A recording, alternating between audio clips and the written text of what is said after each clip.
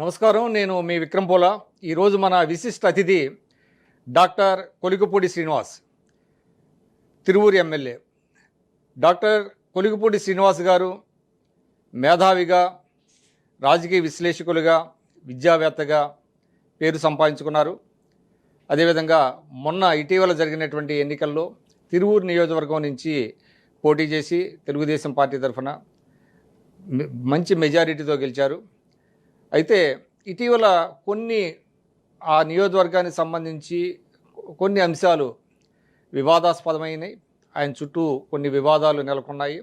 ఆయన వార్తల్లో వ్యక్తి అయ్యారు. గతంలో ఆయన డిఫరెంట్గా ఆయన వార్తలు సృష్టించారు. అయితే ఇటీవల ఆయన ప్రమేయం ఉన్నా లేకపోయినా ఆయన వార్తల్లో ఉన్నారు. ఈ అంశాలన్నింటినీ, అసలు ఆయన నేపథ్యం, ఏ విధంగా రాజకీయాల్లోకి వచ్చారు, ప్రజాసేవ చేయాలనేటువంటి తలంపు ఎందుకు కలిగింది ఆయనకి, ఈ అంశాలతో పాటు వివాదాస్పద అంశాలను కూడా మనం ప్రస్తావిద్దాం. నమస్కారం శ్రీనివాస్ గారు. నమస్కారం అన్న.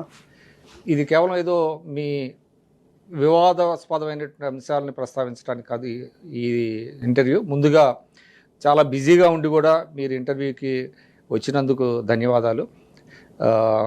తర్వాత మిమ్మల్ని చూశాను. ఇప్పుడు మీ వెనక గన్మ్యాన్ ఎవరు లేరు. సాధారణంగా ఏంటంటే రాజకీయ నాయకులు ఎమ్మెల్యే అవగానే ఒక గన్మ్యాన్ ఉంటారు. ఏంటి, గన్మ్యాన్ కూడా పెట్టుకోలేదా, వద్దనుకున్నారా ఏంటి? నేను ఎమ్మెల్యేగా ప్రమాణ స్వీకారం చేసిన వెంటనే విజయవాడ పోలీస్ కమిషనరేట్లో ఈ సెక్యూరిటీ వింగ్ సంబంధించిన వాళ్ళు ఇద్దరు పర్సనల్ సెక్యూరిటీ ఆఫీసర్స్ని పంపించారు. పిఎస్ఓ అంటారు, లేదా మన మామూలు భాషలో గన్మ్యాన్ అంటారు. గన్మ్యాన్. అయితే నేను వద్దని పంపించేశాను. మళ్ళీ ఒక 3-4 నెలల తర్వాత నేను చాలా ఫ్రీక్వెంట్గా సింగిల్గా తిరుగుతాను. తర్వాత నేనే డ్రైవ్ చేసుకుంటూ వెళ్ళిపోతాను. విజయవాడ తిరువూరు కూడా, విజయవాడ తిరువూరు హైదరాబాదు ఇట్లా తిరగటం. ఇప్పుడు మీరు ఇక్కడ ఆఫీస్ కూడా మీరు ఓన్ డ్రైవింగ్తో వచ్చారు కదా? కూడా నేను డ్రైవ్ చేసుకుంటూ వచ్చాను. ఈ రిపోర్ట్ బేస్ చేసుకుని ఏం చేశారంటే, ఒక 3 నెలల తర్వాత నేను వద్దన్నా కూడా మళ్ళీ మా ఇంటి దగ్గర పెట్టారు. అంటే థ్రెట్ పర్సెప్షన్ ఉందనే? థ్రెట్ పర్సెప్షన్ ఏమో లేకపోతే ఉండాలన్న ఉద్దేశం. నేను ఎక్కడికి వెళ్ళేటప్పుడు గన్మ్యాన్ ఎక్కడికి తీసుకెళ్ళను. ఓకే. సో కాబట్టి అంటే 2 విషయాలు. గన్మ్యాన్ ఎవరి నుంచి ఒక ప్రజాప్రతినిధికి రక్షణ కల్పిస్తాడు?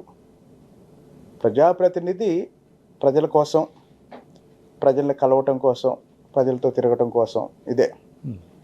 కాకపోతే రాజకీయాల్లో అనేక రకాలుగా సిద్ధాంతపరమైన అంశాలు కాకుండా వ్యక్తిగత హింసావాదం, లేకపోతే కక్షలు, ఇవి పెరగటం వల్ల ఏమైందంటే ప్రజాప్రతినిధులకు కూడా సెక్యూరిటీ అవసరం వచ్చింది.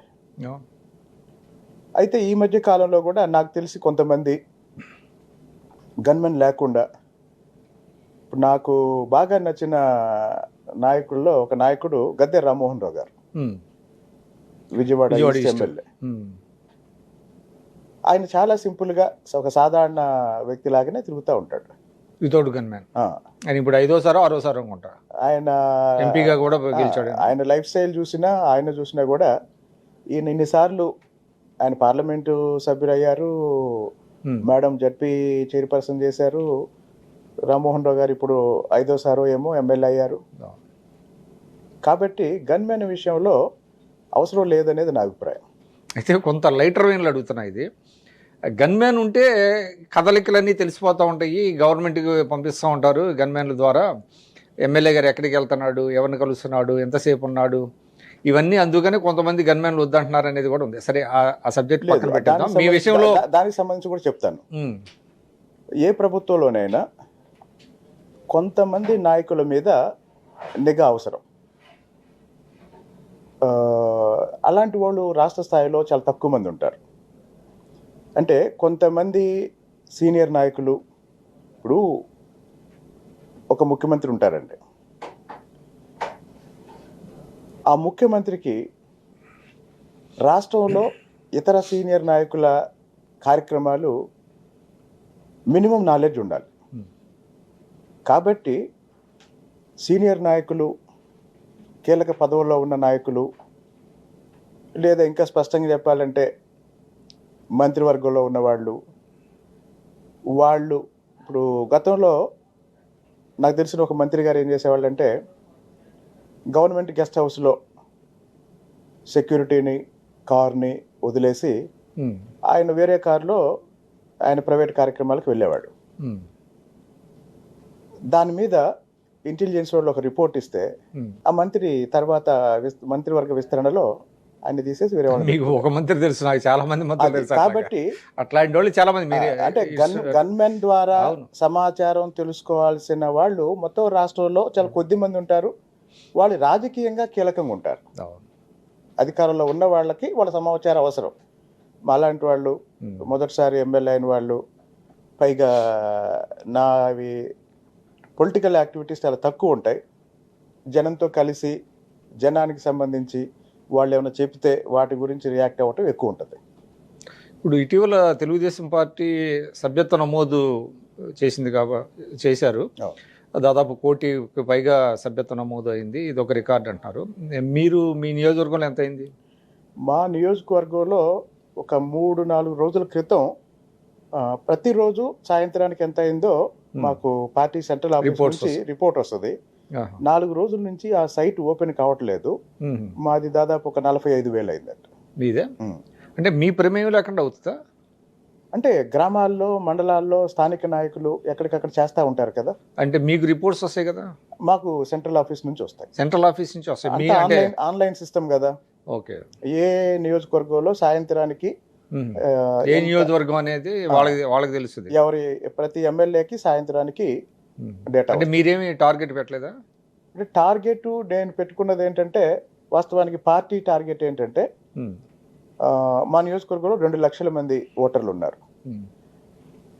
ఎంతమంది ఓటర్లు ఉంటే అందులో 1/4 సభ్యత్వం జాయిన్ చేయాలనేది పార్టీ లక్ష్యం.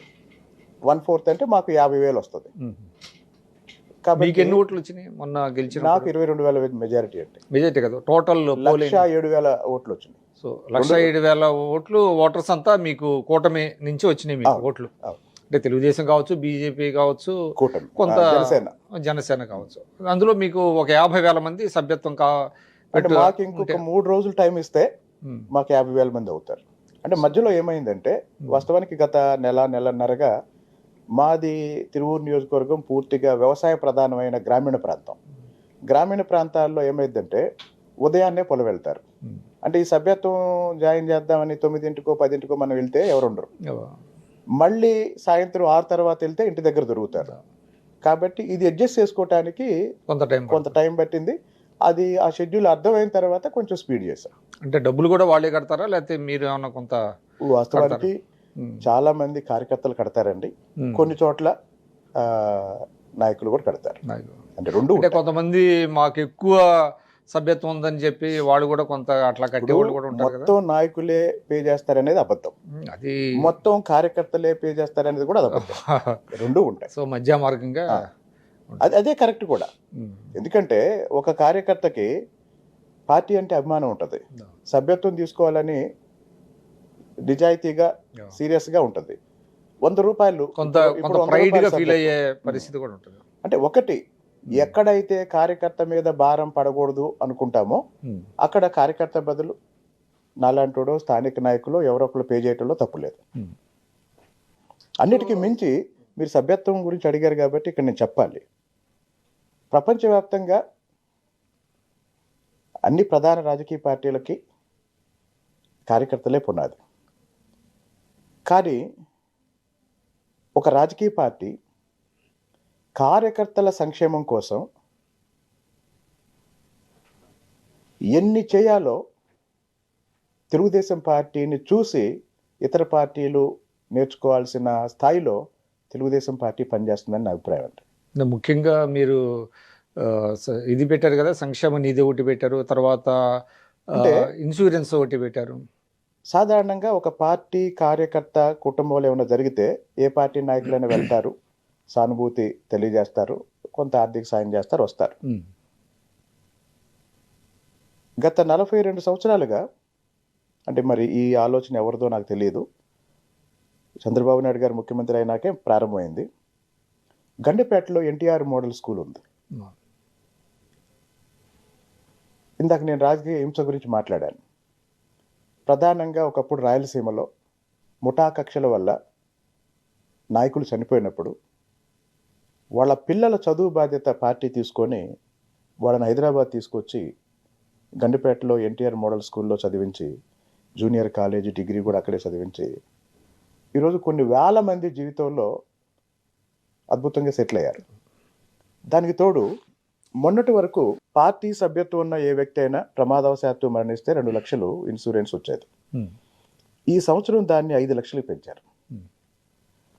అంటే ఒక కుటుంబంలో ఆ కుటుంబాన్ని పోషించే వ్యక్తి ప్రమాదవశాత్తు మరణిస్తే అతనికి తెలుగుదేశం పార్టీ సభ్యత్వం ఉంటే 5 లక్షల రూపాయలు బీమా పార్టీ తరపున రావడం అనేది ఆ కుటుంబానికి చాలా చాలా చాలా పెద్ద మొత్తం. ఇది రాజకీయాలకు అతీతంగా ప్రతి పార్టీ చేయాల్సిన బాధ్యత ఉంది. ఆ విషయంలో ఈ మధ్య ఇటీవల కొన్ని పార్టీలు చేస్తున్నట్టుగా ఉంది. అది పూర్తి స్థాయిలో చేయాలి. అంటే తెలుగుదేశాన్ని కొంచెం ఫాలో అవుతున్నారు వాళ్ళు కూడా. ఇతర పార్టీలు ఎవరైనా చేస్తే తెలుగుదేశం పార్టీయే స్ఫూర్తి అని అర్థం చేసుకోవాలి. పైనీర్ తెలుగుదేశం ఈ విషయంలో. సరే, ఇక మిగతా విషయాలకు వస్తే శ్రీనివాస్ గారు, నాకు తెలుసు మీరు IAS coaching, central university student, మీరు పిహెచ్డి చేశారు కదా. మీరు డాక్టర్ అంటే డాక్టరేట్. మీరు ఏంటి సబ్జెక్టు మీరు థీసిస్? నేను ఆంధ్ర యూనివర్సిటీలో ఎంఏ ఇంగ్లీష్ లిటరేచర్ చదివానండి. హైదరాబాద్ సెంట్రల్ యూనివర్సిటీలో ఎంఏ హిస్టరీ, ఎకనామిక్ హిస్టరీలో పిహెచ్డి చేశాను. ఓకే. కాబట్టి మెడ్రాస్ యూనివర్సిటీ నుంచి ఎంఎస్సి సైకాలజీ చదివాను. ఇగ్నో నుంచి ఎంబీఏ చదివాను. ఓకే. సో నేనేం చదివానని చెప్పడానికి so you are equipped with so many degrees. ఇంకో 10 నిమిషాలు పట్టిద్దండి. సో చదువుకుంటే వెళ్ళారు. ఓకే. తర్వాత రాజకీయాల్లోకి రావాలని ఆలోచనప్పుడు వచ్చింది మీకు? రాజకీయాల్లోకి రాలేదండి. ఇప్పుడు కూడా నేను రాజకీయాల్లో లేను. అంటే రాజకీయ పార్టీతో అసోసియేట్ అయ్యారు కదా. రాజకీయాలు అంటే ఏంటి, దీన్ని స్పష్టంగా మళ్ళీ అంటే రాజకీయ పార్టీతో అనుబంధం కలిగి ఉండటమే రాజకీయాల్లోకి రావటం. తెలుగుదేశం పార్టీ ఈ దేశంలో ఒక ప్రధానమైన రాజకీయ పార్టీ. ఆ పార్టీ సభ్యుడిని, ఆ పార్టీ తరపున శాసనసభలో నేను కూడా ఒక సభ్యుడిని. కానీ 7 నెలలుగా ఒక శాసనసభ్యుడిగా రాజకీయాలు అంటే ఏంటి అనేది నేను రోజు ఆలోచిస్తున్నా. అంటే పాలిటిక్స్ అనేది మీరు అనేది it is a much abused term అంటారు. ఎందుకంటే ఇద్దరు ఫ్రెండ్స్ మాట్లాడుకునేటప్పుడు ఏమంటారంటే రాజకీయం చేయకరా, అరే పాలిటిక్స్ ఏదంటారు. అంటే మనం రోజువారీ జీవితంలో రాజకీయాలు అనేది నెగిటివ్గా వాడతాం. నేను చెప్పా అబ్యూజ్డ్ టర్మ్ అది. తర్వాత కొన్ని ఆఫీసుల్లోకి వెళ్తే అక్కడ పోస్టర్ ఉంటుంది నో పాలిటిక్స్ అని. వాస్తవానికి ఎవరైతే ప్రజా జీవితంలో ఉండి అధికారిక పదవుల ద్వారా సమాజంలో మార్పు కోసం ఒక పదవి ద్వారా పనిచేస్తారో ఈ మొత్తం ప్రక్రియని మనం రాజకీయం అంటున్నాం. సిద్ధాంతపరంగా పాలిటిక్స్, ఆచరణలో పాలిటిక్స్, బయట ఉండి చూసే వాళ్ళకి పాలిటిక్స్, లోపల ఉండే వాళ్ళకి పాలిటిక్స్, ఇవన్నీ ఒకటి కాదండి. ఎందుకంటే నేను పొలిటికల్ సైన్స్ స్టూడెంట్ని, సివిల్ సర్వీస్ వాళ్ళకి political science and international relations teach చేస్తాను. సిద్ధాంతం వేరు, ఆచరణ వేరు. ఇప్పుడు పవన్ కళ్యాణ్ గారిని నేను చాలా దగ్గరగా చూస్తున్నా. మొదట్లో ఒక 17 ఏళ్ల క్రితం కూడా నేను పవన్ కళ్యాణ్ గారిని చాలా దగ్గరగా చూసా. ప్రమోద్ రెడ్డి గారని పవన్ కళ్యాణ్ గారి క్లోజ్ ఫ్రెండ్, నా క్లోజ్ ఫ్రెండ్. ఆయన ద్వారా ఆయన తీసుకెళ్తే వెళ్ళాను. అప్పటి నుంచి ఇప్పటిదాకా చూస్తున్నా. ఇప్పుడు కూడా నా అబ్జర్వేషన్, ఇప్పుడు నేను చాలా విషయాలు మాట్లాడేటప్పుడు ఒక పాయింట్ చెప్తానండి. ఇప్పుడు నేను ఏం చెప్పినా కూడా తెలుగుదేశం పార్టీ ఎమ్మెల్యే చెప్పాడు అనే వెళ్తుంది. వాస్తవానికి నేను అనేక సంవత్సరాలుగా అన్ని రకాల రాజకీయాల మీద, అన్ని పార్టీల విధానాల మీద చాలా చాలా మాట్లాడాను. అంటే నా అభిప్రాయాలన్నీ చెప్పాను. అట్లా ఇప్పుడు కూడా ఒక సాధారణ వ్యక్తిగా, ఒక అబ్జర్వర్గా, ఈ సమాజంలో ఒక వ్యక్తిగా జరిగే ప్రతి విషయం మీద నా అభిప్రాయం చెప్పాలని ఉంటుంది. కాకపోతే ఒక రాజకీయ పార్టీలో ఉన్నప్పుడు, అది కూడా అధికార పార్టీలో ఉన్నప్పుడు, ఆ పార్టీ విధి విధానాలు, ఆ పార్టీ లైను ఇవన్నీ చాలా ఉంటాయి. అవును. వాటిని దృష్టిలో పెట్టుకొని అంటే you are no longer an individual అండి. అది as long as you are in the party you have to toe the party line. కాబట్టి తెలుగుదేశం పార్టీ విధి విధానాలని మీరు తూచా తప్పకుండా పాటించాలి. 100%. ఇంకోటి ఏంటంటే, అదే మీరు అన్నారు సరే, రాజకీయాలు ఆ చర్చ పక్కన పెడితే, సరే మీరు సంహవ్ మీకు టికెట్ లభించింది, ఎలా లభించింది ఏంటి అనేది ఇప్పుడు వరకు మీరు ఎక్కడని చెప్పారా? నేను చాలాసార్లు చెప్పానంటే, అంటే చంద్రబాబు నాయుడు గారు మీ జిల్లా కాకపోయినా, మీది గుంటూరు జిల్లా కదా, అవును, తాడికొండ అక్కడ మీకు అవకాశం లేదు కాబట్టి మీకు తిరువూరు పంపించారు. అసలు మీరు ఊహించారా టికెట్ వస్తుందని తిరువూరులో? తిరువూరు అనేది చివరి వరకు అంటే ఇప్పుడు ఇది జనవరి, గత జనవరిలో చెప్పారండి. ఓకే, ఎక్కడ వెళ్ళి పని చేసుకోమని. మే 13 ఎన్నికలు జరిగాయి. జనవరిలో మీకు తిరువూరు అని చెప్పారు, అధికారికంగా వెళ్ళి పని చేసుకోమన్నారు. సో మీకు మరి ఎలాగా ఆర్థిక వనరులు పార్టీ సమకూర్చిందా, మీ స్నేహితులు ఇచ్చారా? ఎందుకంటే ఎమ్మెల్యేగా పోటీ చేయడం అనేది మామూలు విషయం కాదు కదా. అందులో నాకు తెలిసి మీరేమీ పెద్దగా ఆర్థికంగా స్థితిపరులేం కాదు, కానీ ఎమ్మెల్యేగా మీరు అక్కడికి వెళ్ళారు, పోటీ చేశారంటే ఎలాగా మీరు? ఇక్కడ 2 విషయాలండి. తిరువూరులో ఎమ్మెల్యేగా గెలిచే ప్రాసెస్లో ఆర్థికంగా, రాజకీయంగా మొత్తం నాకు కేసినేని చిన్ని గారే చూసుకున్నారు మొత్తం. తర్వాత నాకున్న మిత్రులు, నాలాంటి ఒకడు అసెంబ్లీలో ఉండాలి అని కోరుకున్న వాళ్ళు ఎన్నికల సమయంలో చాలా సహాయం చేశారు. ఓకే, అవి కూడా ఎన్నికల ఖర్చు వాటన్నిటిని. సో మీ సొంత డబ్బు అయితే ఖర్చు, ఏదో ఆస్తులు అమ్మటం లేకపోతే అట్లాంటివి ఏమైనా జరిగిందా? ఎలక్షన్కి ముందే, అంటే 2019 అమరావతి ఉద్యమంలోకి ఊహించిన విధంగా నేను వచ్చాను. ఎవరు తెచ్చారు? మీ అంతటి మీరు వచ్చారా లేకపోతే ఎవరన్నా రమ్మన్నారా? డిసెంబర్ 17 3 రాజధానుల ప్రకటన చేశారు జగన్మోహన్ రెడ్డి గారు అసెంబ్లీలో. డిసెంబర్ 22 నేను మా ఊరు వెళ్ళాను, తాడికొండ. వాస్తవానికి జగన్మోహన్ రెడ్డి గారు ముఖ్యమంత్రి అయింది 2019 మే 30న. 3 రాజధానుల ప్రకటన చేసింది డిసెంబర్ 17న. ఈ 5-6 నెలల గ్యాప్లో కొన్ని సంఘటనలు జరిగాయి. అదేంటంటే, అమరావతి ముంపు ప్రాంతం అన్నారు. అసలు జగన్మోహన్ రెడ్డి గారు ప్రమాణ స్వీకారం చేసిన వెంటనే అమరావతి రాజధాని నిర్మాణం ఆపేసి అక్కడ పనిచేస్తున్న 40,000 మంది బీహారు, ఒరిస్సా, ఇతర రాష్ట్రాల కార్మికులందరినీ పంపించేశారు. అంటే రాజధాని నిర్మాణం ఆపేశారు. తర్వాత జగన్మోహన్ రెడ్డి గారి ప్రభుత్వం ఓటాన్ అకౌంట్ బడ్జెట్లో అమరావతి కోసం 500 కోట్లు కేటాయించింది. అమరావతి నిర్మాణానికి 1,000 కోట్లు అవసరం అవుతాయి. 500 కోట్లు కేటాయించారు అంటే అమరావతి నిర్మాణం లేదని అర్థం. కార్మికులు పంపించేశారు, నిర్మాణాలు ఆపేశారు అంటే రాజధాని ఆపేశారని అర్థం. దీనికి తోడు ఒక ఆయనేమో ముంపు ప్రాంతం అన్నాడు, బొత్స గారు. అప్పుడున్న స్పీకర్ గారేమో సామాజిక వర్గం అన్నాడు, ముంపు ప్రాంతం అన్నారు. తర్వాత స్పీకర్ గారేమో శ్మశానం అన్నారు. ఒకే సామాజిక వర్గం అనేది 2019 ఎన్నికలకు ముందే అది అమరావతి కాదు కమరావతి అని ప్రచారం చేశారు. 2019 ఎన్నికల్లో ఆ ప్రచారం నమ్మిన వాళ్ళు జగన్మోహన్ రెడ్డి గారికి ఓటేశారు.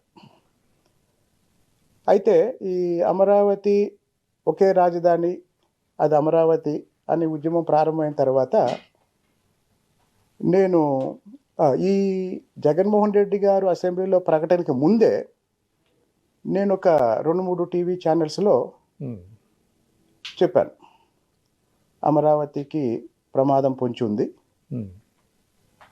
అదే సమయంలో ఒక టీవీ ఛానల్లో నేను డిబేట్కి వెళ్ళినప్పుడు ఒక వైసీపీ నాయకుడు ఆ డిబేట్కి వచ్చాడు.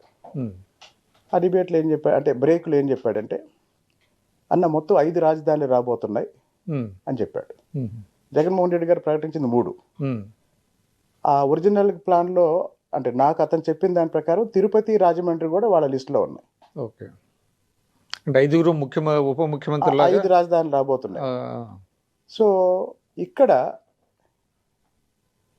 నాకు సంబంధించిన పాయింట్ ఏంటంటే, ఇందాక మీరు అడిగారు, ఇప్పుడు కూడా చెప్తున్నా, నేను పొలిటీషియన్ కాదు, పొలిటీషియన్ లాగా ఆలోచించను.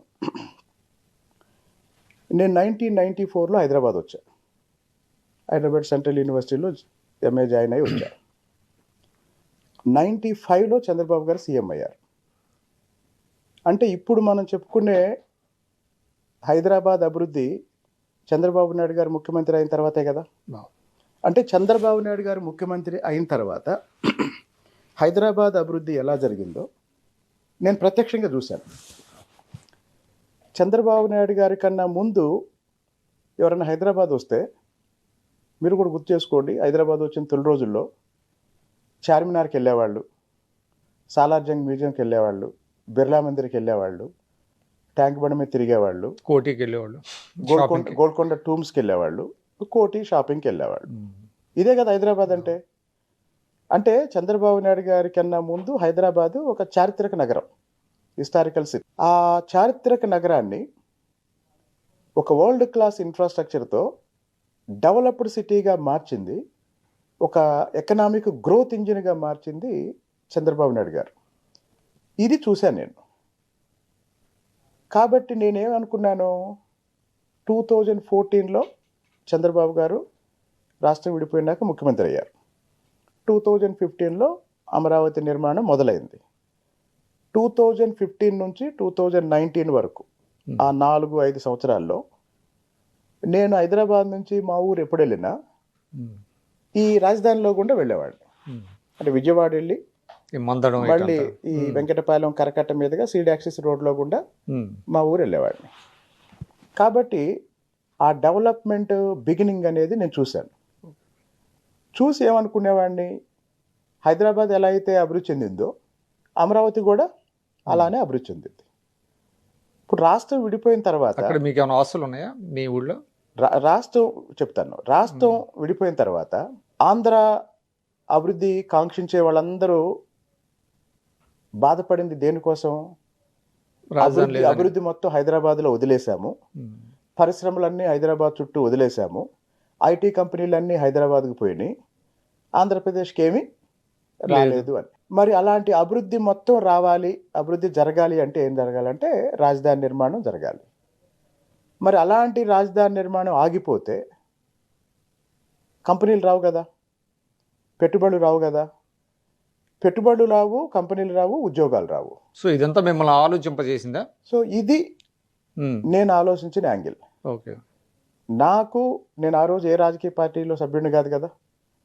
కాబట్టి నేను మొన్నటి వరకు ఎమ్మెల్యే కాకముందు వరకు రాజకీయంగా నేను చేసింది ఏంటంటే, ఓ 15 ఏళ్ల నుంచి ఎవరు అధికారంలో ఉన్నా ఆ ప్రభుత్వ విధానాల మీద మంచి అయితే మంచి, చెడు అయితే చెడు అని చెప్పేవాడిని. ఈ క్రమంలో రాజధాని మార్పు అనేది ఇంకొకటి. నేను Indian economy, global economy teach చేస్తాను. సో డెవలప్మెంట్ అంటే అసలు ఏం చేస్తే అభివృద్ధి జరిగిద్దో నాకు తెలుసు. పోనీ ఎవరైనా కోరుకునేది ఏంటి? పిల్లలకు ఉద్యోగాలు రావాలి. అసలు అభివృద్ధి అంటే ఏంటి? సాధారణ వ్యక్తికి అభివృద్ధి అంటే ఏంటి? సాధారణ వ్యక్తికి అభివృద్ధి అంటే ఉద్యోగం. ఉద్యోగం ఎలా వస్తుంది? కంపెనీలు రావాలి. కంపెనీలు ఎలా వస్తాయి? పెట్టుబడులు రావాలి. పెట్టుబడులు ఎలా వస్తాయి? ఇన్ఫ్రాస్ట్రక్చర్ రావాలి. హైదరాబాద్కి ఈరోజు ఇన్ని లక్షల కోట్లు పెట్టుబడులు ఎందుకు వచ్చాయంటే ఇక్కడ ఇన్ఫ్రాస్ట్రక్చర్ ఉంది. ఈరోజు అమరావతిలో ఉన్న సీడాక్సిస్ రోడ్డు రేపు ఒక 2 సంవత్సరాల తర్వాత చూడండి మీకు అలాంటి రోడ్డు హైదరాబాద్లో కూడా ఎక్కడ దొరకదు మీకు. ఎందుకంటే హైదరాబాద్లో మీరు ట్రెడిషనల్ హైదరాబాద్ ఏదైతే ఉందో 2000 చంద్రబాబు నాయుడు గారి కన్నా ముందున్న హైదరాబాద్ ఏదైతే ఉందో 1 కిలోమీటర్ స్ట్రైట్ రోడ్ ఎక్కడైనా చూపించండి నాకు. 1 కిలోమీటర్ కాదు, ఒక 1/2 కిలోమీటరు స్ట్రైట్ రోడ్ ఎక్కడైనా చూపించండి నాకు. 2004లో రాజశేఖర రెడ్డి గారు సీఎం అయ్యారు. ఆయన వెంటనే కాంగ్రెస్ హైకమాండ్ ఏం చేసిందంటే హైదరాబాద్లో ప్లీనరీ పెట్టింది, బాలయోగి స్టేడియంలో అవును. ప్లీనరీ పెట్టింది. ఎందుకంటే అక్కడ అద్భుతమైన ఇన్ఫ్రాస్ట్రక్చర్ ఉంది, స్టేడియం ఉంది కాబట్టి. సోనియా గాంధీ రావాలి, బేగంపేటలో స్పెషల్ ఫ్లైట్ దిగి గచ్చిబౌలి రావాలి. మరి బేగంపేట నుంచి గచ్చిబౌలి ఎలా వస్తారు? హెలికాప్టర్ పంజాగుట్ట మీద నుంచి రావాలి, బై రోడ్ పంజాగుట్ట మీద నుంచి రావాలి. పంజాగుట్ట నుంచి మీరు జూబ్లీ చెక్ పోస్ట్ దాకా రోడ్డు ఎన్ని వంకర్లు ఉంటుందో చూసుకోండి. నాగాని సర్కిల్, అక్కడి నుంచి TV9 సెంటర్, అక్కడ రోడ్డు మీద మసీదు పక్కన సెక్యూరిటీ వాళ్ళు ఒక దశలో ఏమన్నారంటే హైదరాబాద్లో సరైన రోడ్ లేదా అని అడిగారు. అదే చంద్రబాబు నాయుడు గారు నిర్మించిన సైబరాబాద్ ఉంది కదా, మీరు DLF సర్కిల్లో నిలబడి ఔటర్ రింగ్ రోడ్డు వైపు వెళ్ళండి, కొండను తొలిసి అద్భుతమైన రోడ్డు వేశారు, కొండని తొలిసేశారు. మీరు ఇప్పుడు కూడా ఔటర్ రింగ్ రోడ్డు అంటే శ్రీనివాస్ గారు, అంటే ఇవన్నీ మీరు చాలా సందర్భాల్లో చెప్పారు. అంటే సారీ, అంటే నేను చెప్పేది అంటే sorry, this is the point. మిమ్మల్ని డ్రైవ్ చేసింది ఆయన చేసింది. అయితే ఒక్క ఇదేంటంటే మీరు 95లో నుంచి చూస్తున్నారు చంద్రబాబు నాయుడు గారి ద వే హీ అంటే వర్కింగ్ ఫర్ ద స్టేట్గానే ఉండదు. కానీ మీరు ఒక దశలో వైఎస్ఆర్సీపీలో ఉన్నారనేది కూడా అంటారు. ఇప్పుడు నేను వైఎస్ఆర్సీపీలో ఉన్నారు అనే వాళ్ళని ఒక ప్రశ్న అడుగుతా. జగన్మోహన్ రెడ్డి 2009లో ఎంపీ అయ్యాడు, రాజశేఖర రెడ్డి గారు చనిపోయిన తర్వాత యాక్టివ్ అయ్యాడు, అంటే దాదాపు 15 సంవత్సరాలు. నేను జగన్మోహన్ రెడ్డి గురించి ఆయన్ని సపోర్ట్ చేస్తూ ఒక వాక్యం మాట్లాడినా, లేదా రాజశేఖర రెడ్డి గారు జగన్మోహన్ రెడ్డి పార్టీ పెట్టుకున్న తర్వాత నేను ఆయన్ని ఎప్పుడన్నా కలిసిన చూపించమనంటే. అంటే ఇటీవల మీ మీద కొన్ని వీడియోస్ వస్తున్నాయి. సరే, ఎవరు చేస్తున్నారు ఏంటనేది నేను ఆ జోలికి పోను, కానీ బట్ ఎందుకు చేస్తున్నారు అనేది కూడా నాకు, నేను దాన్ని కూడా గత 15 ఏళ్ళు, బట్ నాకు మీరు చాలా కాలం నుంచి తెలుసు, మీరు కూడా డిబేట్స్ 17 సంవత్సరాల నుంచి పరిచయం, మనకు పరిచయం ఉంది. నాకు తెలిసి మీరు కొద్ది రోజులు మీరు ఇందాక చెప్పినట్టుగా పవన్ కళ్యాణ్ గారితో కొంత మీరు అనుబంధం ఉంది, కానీ నాకు కూడా తెలియదు మీరు వైఎస్ఆర్సీపీలో ఉన్నారన్న విషయం కూడా. It's a news for me.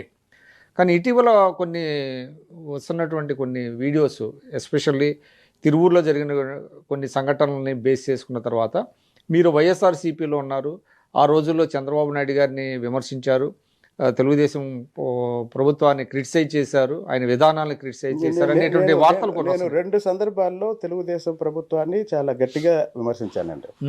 ఒకటి ప్రత్యేక హోదా విషయంలో, 2 23 మంది వైసీపీ ఎమ్మెల్యేలని తెలుగుదేశం పార్టీలో చేర్చుకున్నప్పుడు ఈ రోజు కూడా నా అభిప్రాయం అదేనండి, అది ఈ రోజు కూడా. కాబట్టి ఇంకో విషయం, నేను చంద్రబాబు నాయుడు గారు, నేను తెలుగుదేశంలో మొన్న ఎన్నికలకు ముందు జాయిన్ అయ్యాను, అంతకుముందు నేను తెలుగుదేశం సభ్యుడిని కాదు కదా. చంద్రబాబు నాయుడు గారిని సమర్థిస్తూ కొన్ని 100 సార్లు మాట్లాడా, జగన్మోహన్ రెడ్డి గారిని సమర్థిస్తూ నేను ఎప్పుడైనా ఒక నిమిషం మాట్లాడాను. అంటే నాకు కూడా న్యూస్ అది. ఇప్పుడు నేను అడుగుతున్నా, అది ప్రచారంలోకి వచ్చింది అంటున్నా. కాదండి, 15 ఏళ్ళుగా నేను చాలా యాక్టివ్గా మాట్లాడుతున్నాను. ఏ రోజైనా నేను మళ్ళీ అడుగుతున్నా, జగన్మోహన్ రెడ్డిని సమర్థిస్తూ ఒక వాక్యం నేను ఎప్పుడైనా మాట్లాడినట్టు నాకు చూపించండి.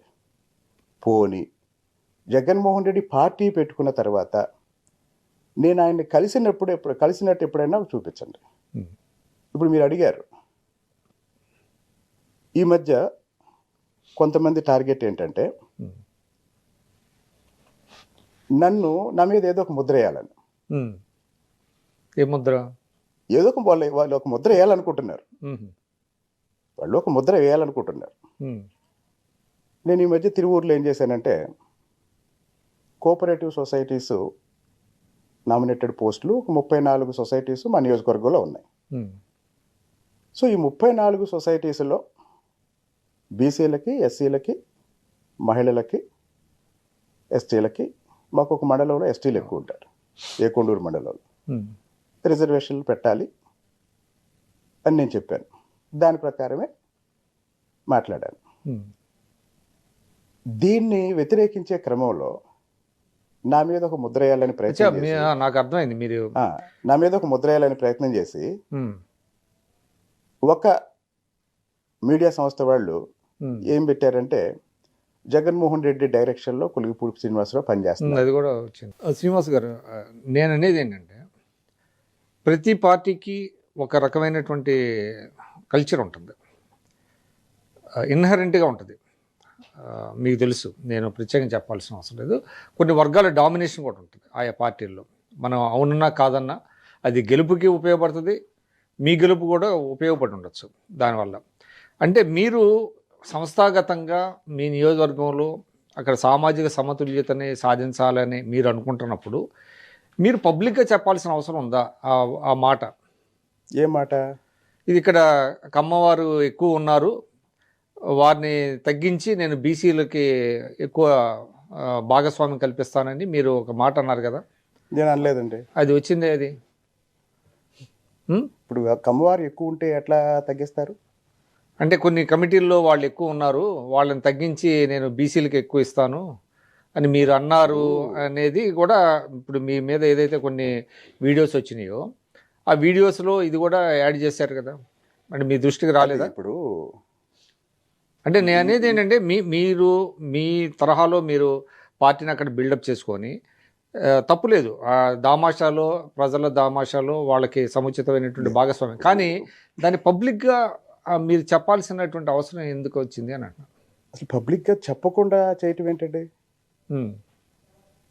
అసలు విషయం ఏంటంటే బయట జరిగే ప్రచారం మొత్తం అబద్ధం అండి. మా నియోజకవర్గంలో మాకు 4 మండలాలు ఉంటాయి. తిరువూరు, ఏకొండూరు, విసన్నపేట, గంపలగూడెం. గంపలగూడెం అనే మండలంలో చింతల నర్వ అని ఒక ఊరు ఉంటుంది. ఆ ఊరిలో పుల్లయ్య చౌదరి గారు అని ఒక నాయకుడు, యనమద్ది పుల్లయ్య చౌదరి.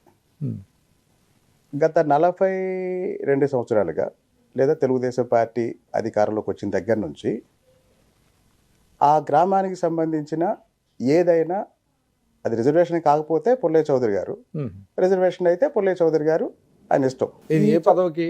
ఏ పదవైనా, సర్పంచ్ అయినా, ఎంపీటీసీ అయినా, మొన్న నీటి సంఘం అయినా, ఏదైనా ఆయన చెప్పిన వాళ్ళకే ఆయన లేదా ఆయన చెప్పిన.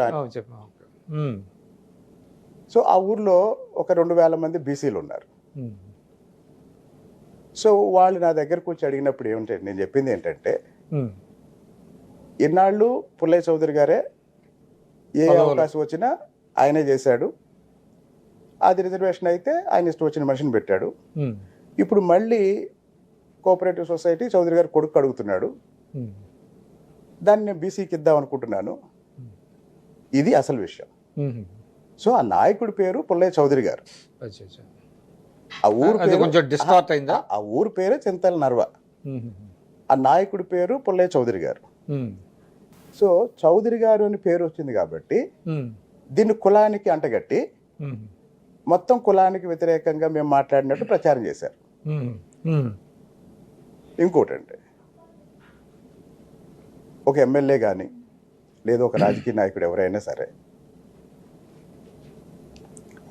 రాజకీయంగా ఇబ్బంది కలిగే లేదా నష్టం కలిగే నిర్ణయాలు ఎవరైనా తెలిసి తీసుకుంటారా? తెలిసి ఎవరు తీసుకోరు, అది హరాకిరి అవుద్ది. కాబట్టి నన్ను విమర్శించాలనుకొని ఏదో ఒక ముద్ర వేయాలనుకొని, ఇప్పుడు నేను మళ్ళీ చెప్తున్నానండి, ఇప్పుడు పదవులన్నీ చౌదరి గారు కాదు, ఆ ఊళ్ళో ఉన్న బీసీలకు ఇద్దాము, ఎస్సీలకు ఇద్దాము, అందరికి ఇద్దాము, ఇది నేను చెప్పింది. అంటే మైక్ ముందు చెప్పారు మీరు? వేదిక మీద చెప్పాను. వేదిక మీద బీసీలందరూ సమావేశం ఏర్పాటు చేసినప్పుడు వేదిక మీద చెప్పాను నేను. ఇంకో విషయం, ఆ కార్యక్రమం జరిగింది, దాని మీద కొన్ని 100 వీడియోలు చేసి నన్ను విమర్శించారు. అది జరిగిన 4 రోజుల తర్వాత చౌదరి గారు వాళ్ళ ఊర్లో నన్ను ఒక కార్యక్రమానికి తీసుకెళ్లారు. సో ఆయనతో మీకు ఇబ్బంది లేదు? ఆయనతో నాకే సమస్య లేదు. ఇది అందరికి తెలిసిన విషయం. ఇదేంటి బయట ఉండి క్షేత్రస్థాయిలో కట్ అండ్ పేస్టా? ఇప్పుడు వాస్తవం ఏంటో తెలియని వాళ్ళు, ఓకే, ఆయన పేరు పుల్లయ్య చౌదరి గారు, అది ఒక గ్రామానికి సంబంధించిన అంశం. మరి ఆ గ్రామానికి సంబంధించిన అంశంలో బీసీలకి పదవి ఇచ్చే విషయంలో ఈసారి పుల్లయ్య చౌదరి గారికి కాదు, ఆయన కొడుకు కాదు, బీసీలకు ఇద్దామని చెప్పాం. సో ఇందులో ఏం చేశారంటే ఆ వ్యక్తిని తీసేసి కులాన్ని పెట్టి కొలిపూడి శ్రీనివాసరావు, ఎందుకు అట్లా చేస్తున్నారు మీ మీద? అదే చెప్తున్నా కదా, ఆ, ఇప్పుడు నా మీద ఒక ముద్ర వేయాలనుకుంటున్నారండి. నేను ఒక ఎందుకు? విషయం చెప్తాను సార్. ఆ, మీరు దాదాపు 17 సంవత్సరాల నుంచి మీరు నాకు పరిచయం, లేదా నేను మీకు పరిచయం. మీరు చెప్పండి, మీరు కొన్ని వేల మంది రాజకీయ నాయకులు చూశారు, మంత్రులు చూశారు, ఎమ్మెల్యేలని, ఎంపీలని, ముఖ్యమంత్రుల్ని దగ్గరగా చూశారు మీరు. తర్వాత నేను కూడా మీకు బాగా తెలుసు. నేను ఎప్పుడైనా విషయం ఏదైనా ముసుగులో చెప్పే అలవాటు నాకుందా? నాకు లేదు. పోనీ మనసులో ఒకటి పెట్టుకొని పైకి ఒకటి చెప్పే అలవాటు ఉందా? అది కూడా లేదు.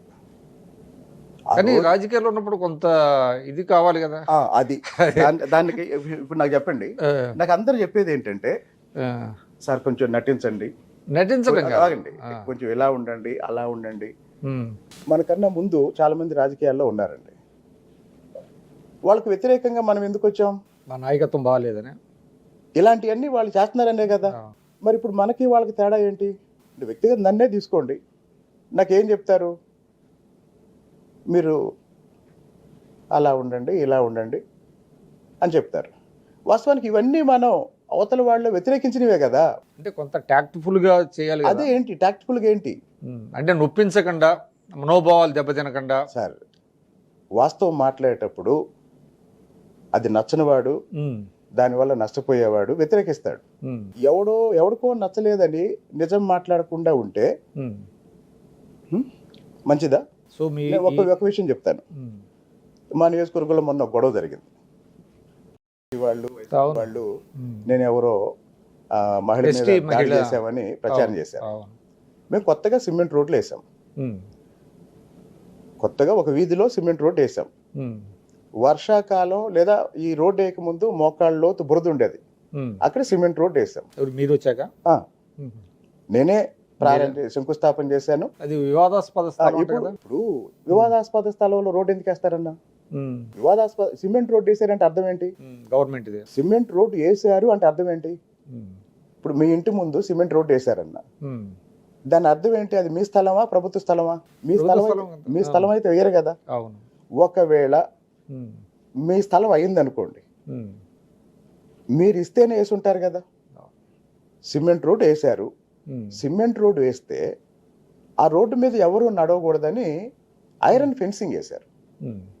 మీ ఇంటి ముందు అటువైపు ఐరన్ ఫెన్సింగ్ వేశారు. ఆ విషయం కూడా నాకు తెలియదు. అదే వీధిలో పార్టీకి సంబంధించిన ఒక మహిళ చనిపోయారు. ఆ కుటుంబాన్ని పరామర్శించడానికి నేను వెళ్ళాను. వెళ్ళినప్పుడు ఆ వీధిలో ఉన్న ఒక 10 మందికి వచ్చి ఏం చెప్పారంటే, మీరు సిమెంట్ రోడ్ వేశారు కానీ మమ్మల్ని నడవనివ్వట్లేదు అని చెప్పారు. ఎందుకు నడవనివ్వట్లేదు అంటే కంచేశారు అన్నారు. పదండి అంటే ఒక 4 ఏళ్ల తర్వాత పదండి అంటే చాలా దారుణం ఏంటంటే, మామూలు మనం పొలానికి ఇనుప కంచేస్తామే అలా వేశారు. అది తీశాను, నేనే తీశాను. అంటే వాళ్ళని అయితే మాట్లాడలేదా మీరు? అందరు అక్కడే ఉన్నారు. ఓకే, అది నేను తీశాను. ఆ కుటుంబం వార్డు మెంబర్ వాళ్ళు, సరే ఇప్పుడు మీరు అన్నారు అదేదో స్థల వివాదం ఉందంట కదా అని, దాన్ని కూడా వాళ్ళ అభిప్రాయం కాసేపు ఒప్పుకుందాం. 2019లో ఎన్నికల సమయంలో తిరువూరు తెలుగుదేశం అభ్యర్థి జవహర్ గారు, అప్పుడు ఆయన మంత్రి, కోవూరు నుంచి వచ్చాడు ఆయన. జవహర్ గారు మంత్రి, అక్కడ ప్రచారానికి వెళ్తే రాళ్ళేసి ఆయన కారు పగలగొట్టారు. మంత్రి హోదాలో ఉన్న తెలుగుదేశం పార్టీ అభ్యర్థి ఆ వీధిలో ప్రచారానికి వెళ్తే వాళ్ళు, అదే కుటుంబం, మంత్రి మీద రాళ్ళేసి కారు పగలగొట్టారు. ఇప్పుడు అదే కుటుంబం నేను వెళ్ళి ఆ కంచె తీసినందుకు మళ్ళీ నేను వెళ్ళి వాళ్ళ మీద దాడి చేసినట్టు. ఇంకోటి, నేను వెళ్తున్నప్పుడు నాతో 20-30 మంది ఉంటారు, పోలీసులు ఉంటారు, మీడియా వాళ్ళు ఉంటారు, అందరూ ఉంటారు, తెలుగుదేశం వాళ్ళు ఉంటారు, ఊళ్ళో ఇతర ప్రజలు కూడా ఉంటారు కదా. మరి ఇంతమంది ఉన్నప్పుడు నేను కొట్టినా, నేను తిట్టినా ఎవరో ఒకళ్ళు సాక్షులు ఉంటారు కదా. అంటే ఆ కుటుంబం గతంలో తెలుగుదేశం అభ్యర్థి మీద, మంత్రి హోదాలో ఉన్న అభ్యర్థి మీద రాళ్ళేసిన కుటుంబం ఈరోజు నేను వెళ్ళి వాళ్ళు వేసిన కంచె తీసిన తర్వాత ఉరికెందుకు ఉంటారంటారు. ఇంకోటి, ఎవరినైనా కొట్టి గాయపరిస్తే ఈరోజు ఏమీ లేకుండానే ఏదో అయిందని చేస్తున్నారు కదా. గాయాలుంటే చూపించరండి. ఆమె ఆత్మహత్య చేసుకున్న యత్నం చేసింది, పురుగుల మందు తాగి అని వచ్చింది కదా వార్త. అసలు పురుగు మందు తాగి, ఇందులో మీకు ఒక విచిత్రమైన విషయం చెప్తా. ఒక ఆమె ఎవరినో బెదిరించాలని తాగకుండానే తాగినట్టు హడావుడి చేసింది. హాస్పిటల్లో జాయిన్ చేశారు. 4 రోజులు డ్రామా ఆడారు. హాస్పిటల్లో 9 లక్షలు బిల్లు వేశారు. 9 లక్షలు బిల్లు రాగానే నేనేం తాగలేదు, నాకేం ట్రీట్మెంట్ ఇవ్వలేదు, మేమేం కట్టమంటారు. వాళ్ళు హాస్పిటల్కి వెళ్ళారు. వెళ్ళిన ప్రభుత్వ ఆసుపత్రి నుంచి ప్రైవేట్ హాస్పిటల్కి తరలించారు మంచి వైద్యం కోసమని వచ్చింది వార్త. ఇవన్నీ డ్రామాలన్నా. మరి ఇంకో నిజంగా ఒక ఎమ్మెల్యే ఒక ఊరిలో బహిరంగంగా తిట్టినా కొట్టినా ఎవరొక్కళ్ళు కనీసం ఒక్కళ్ళైనా చూస్తారు కదా. ఒక్కళ్ళైనా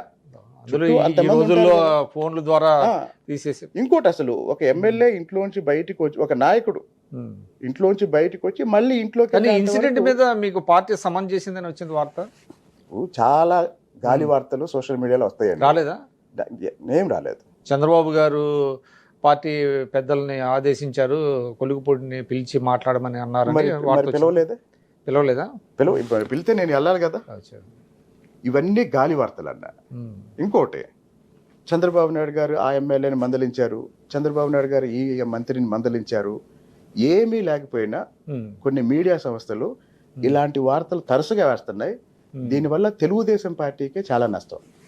అంటే సదరు సంస్థలతో మీరు ఏమైనా మాట్లాడారా? ఎందుకు అంటే మీరు అంటున్నారు కదా కొంతమంది ఇట్లా వేస్తున్నారని. నేను అసలు ఎవరితో మాట్లాడలేదా? నేను ఒక విషయం, నేను ఎలక్షన్కి ముందు 4 నెలలు ప్రచారం చేశాను. ఏ రోజు ప్రెస్ మీట్ పెట్టలేదు నేను. ఎలక్షన్ తర్వాత 7 నెలలు అవుతుంది, నేను ఏ రోజు ప్రెస్ మీట్ పెట్టలేదు. అక్కడ మీడియాతో కూడా కొంచెం నేను చెప్తున్నా కదా వచ్చినాయంట కదా. ఎలక్షన్కి ముందు 4 నెలలు నేను ప్రచారం చేశా. నేను ఏ రోజు ప్రెస్ మీట్ ప్రెస్ బ్రీఫింగ్ అనేది లేదు. అసలు ప్రెస్ తో నాకు సంబంధం లేదు. ఎందుకు అట్లాగా? నేను నా పని నేను చేసుకుంటూ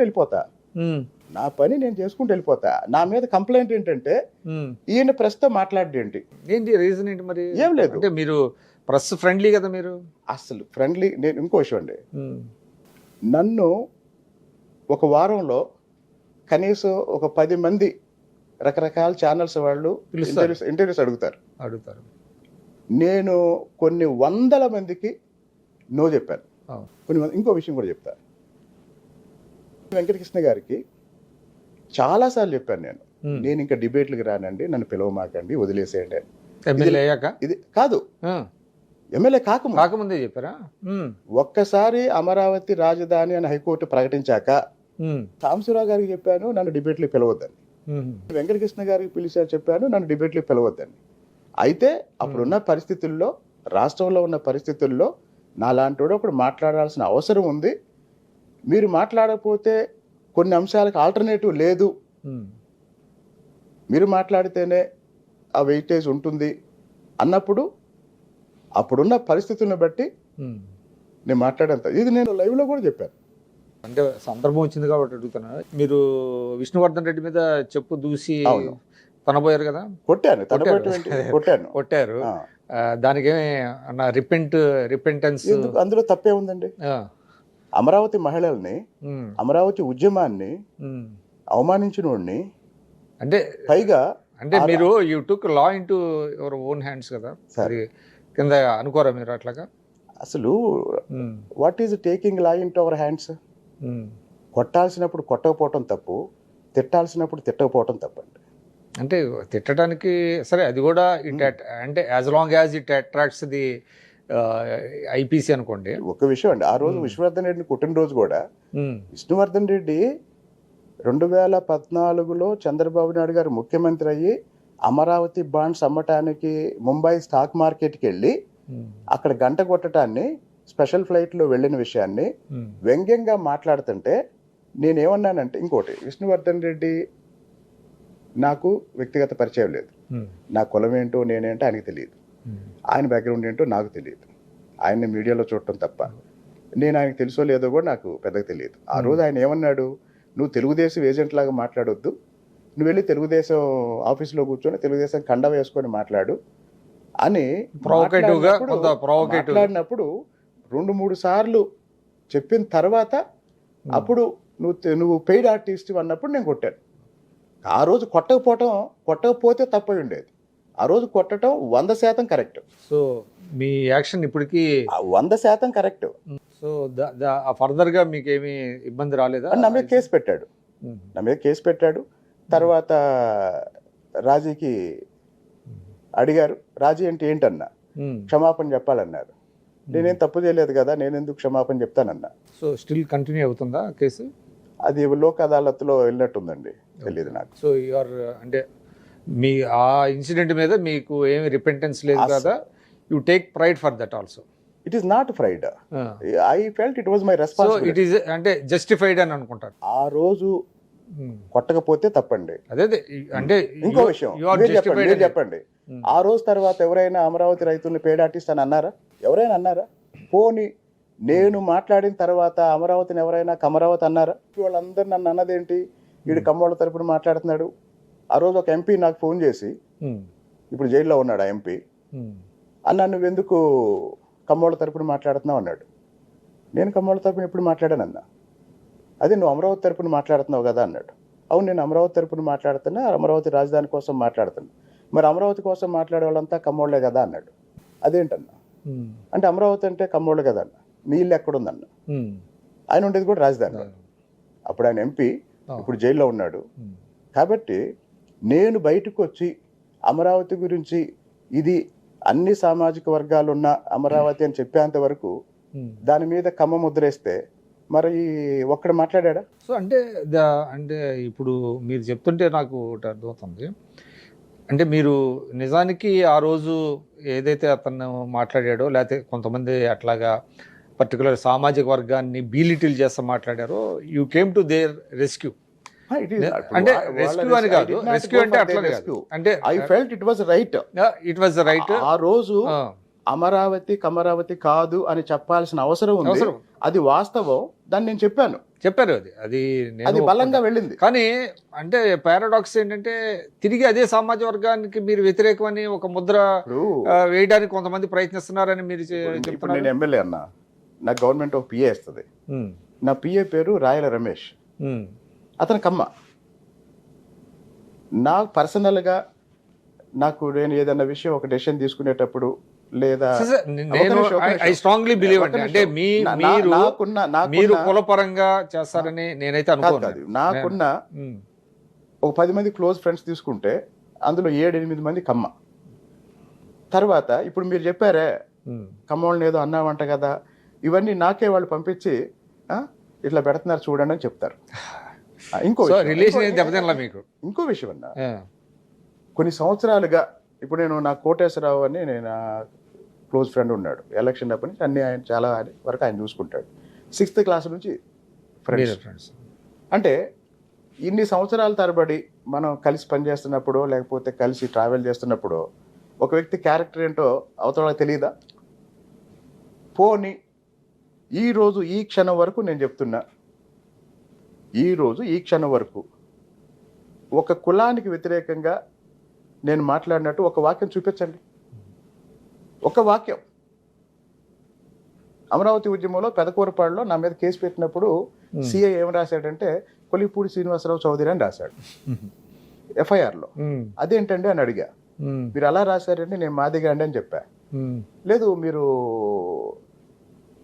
కమ్మోళ్ళ కోసం పనిచేస్తున్నారని అలా రాశారు, మీరు కూడా కమ్మ అనుకున్నామని అన్నారు. కమ్మోళ్ళ కోసం పనిచేయటం ఏంటండి అన్న. అయితే ఇప్పుడు అమరావతి ఉద్యమంలో అమరావతిని వ్యతిరేకించిన ప్రతివాడు అమరావతి కోసం పనిచేసిన వాళ్ళ మీద అనేక రకాలుగా సోషల్ మీడియాలో అబ్యూజ్ చేశారు. ఆ కోణంలో వాళ్ళు అంతకన్నా ఇంకేం చేస్తారని చూసాం, ఒప్పుకున్నాం. కానీ ఈరోజు గత 5 సంవత్సరాలుగా జగన్మోహన్ రెడ్డి మీద నేను ఏ స్థాయిలో పోరాడానో, ఇందాక మీరు అడిగారు మీ ఆస్తులు, మీ ఆర్థిక పరిస్థితి ఏంటి అని. నేను అమరావతి ఉద్యమానికి వచ్చే నాటికి నాకు ఒక ఐఏఎస్ అకాడమీ ఉంది, నాకు గచ్చిబౌలిలో సొంత ఇల్లు ఉంది, నాకు 3 కార్లు ఉన్నాయి. మేము ఇంట్లో మేము ముగ్గురమే, నేను, నా భార్య, నా కూతురు. ఎప్పుడు 2-3 కార్లు ఉన్నాయి మాకు. మంచి ఆదాయం వస్తుంది ఒక నిమిషం.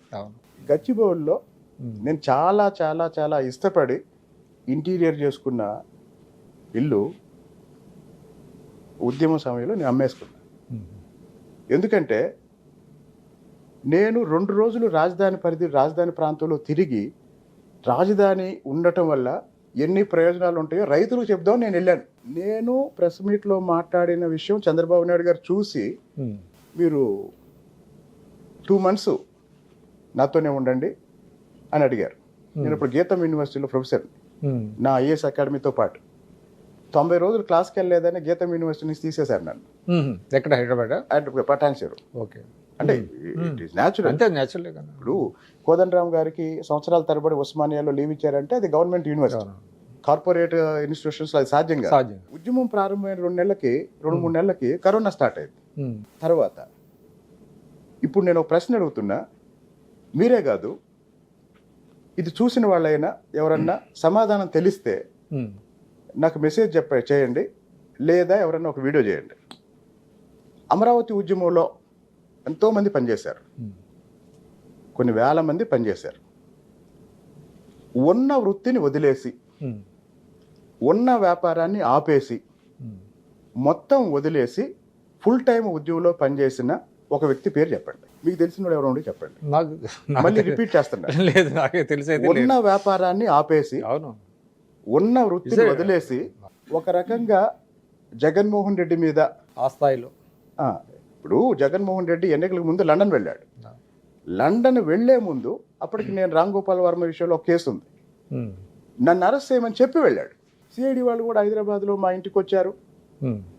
మా ఇంట్లో మా పాప ఉంది, మా మిస్సెస్ ఆఫీస్కి ఫోన్ చేస్తే మా మిస్సెస్ ఇంటికి వచ్చి నోటీస్ తీసుకున్నారు. నన్ను అరెస్ట్ చేయడానికే వచ్చారు. ఆ రోజు నేను ఉన్నట్లయితే అరెస్ట్ చేసేవాళ్ళు. కాబట్టి నేను అడిగేది ఏంటంటే, ఉద్యమ సమయంలోనే నేను నా ఇల్లు అమ్ముకున్నా, 2 కార్లు అమ్ముకున్నా, నా కారు అమ్మే, మా మిస్సెస్ కారు కూడా అమ్మా. కాబట్టి ఇవన్నీ కూడా నేను ఇల్లు అమ్ముకున్నందుకు నేను ఎప్పుడు బాధపడలా. కాకపోతే ఆ ఇల్లు గుర్తొచ్చినప్పుడు ఒక విషయంలో నేను ఫీల్ అవుతాను. అదేంటంటే, ఆ ఇంటి తలుపు మీద సిల్వర్ లెటర్స్తో నా కూతురు పేరు రాయించా, అక్షరాన్ని రాయించా. ఆ ఒక్క పాయింట్ దగ్గరే నేను చాలా కాస్ట్లీ ఇల్లు. ఆ రోజు ఆ కరోనా వీటన్నిటి వల్ల, అంటే ఈ నెలకి ఒక 3-4 లక్షలు ఖర్చులు కావాలంటే ఒక ఫ్రెండ్ దగ్గర అప్పు తీసుకున్నా. తర్వాత కరోనా అన్నాళ్ళు ఉంటుందని ఎవరు ఊహించలేదు కదా. ఉద్యమం అన్నాళ్ళు 1632 రోజులు ఉద్యమం ఉంది. నేను మొదటి రోజు నుంచి 2 రోజులు తీసేస్తే ఉన్నా. ఈ ప్రాసెస్లో ప్రతి నెల ఆ నెల మెయింటెనెన్స్ కోసం అడ్జస్ట్మెంట్ చేసుకుంటే కొన్ని నెలల తర్వాత వెనక్కి తిరిగి చూస్తే చాలా అప్పులు అయితే, ఆ అప్పులు క్లియర్ చేయటం కోసం ఇల్లు అమ్మాను నేను. తర్వాత నేను నేను 4 సార్లు పాదయాత్ర చేశాను. ఒకసారి పాదయాత్ర చేసేటప్పుడు వెలగపూడి గోపాలకృష్ణ గారని విజయవాడలో ఉంటారు, పెద్ద ఆయనకి తెలిసిన వాళ్ళ చేత ఒక చోట కాస్త నామినల్ ఇంట్రెస్ట్కి అప్పిప్పించారు. ఆ అప్పిచ్చిన వాళ్ళు క్యాన్సర్తో చెన్నై అపోలోలో ఉన్నప్పుడు అర్జెంటుగా డబ్బులు కావాల్సి వస్తే రీపే చేయాలి. నా హోండా సిటీ కార్ అమ్మేసి డబ్బులు పంపించాను. కాబట్టి మీకు ఎన్ఆర్ఐలు ఎవరో కొంత హెల్ప్ చేశారంటారు. ఇప్పుడు ఉద్యమం జరుగుతున్న ప్రాసెస్లో 10 మంది సహాయం చేశారు.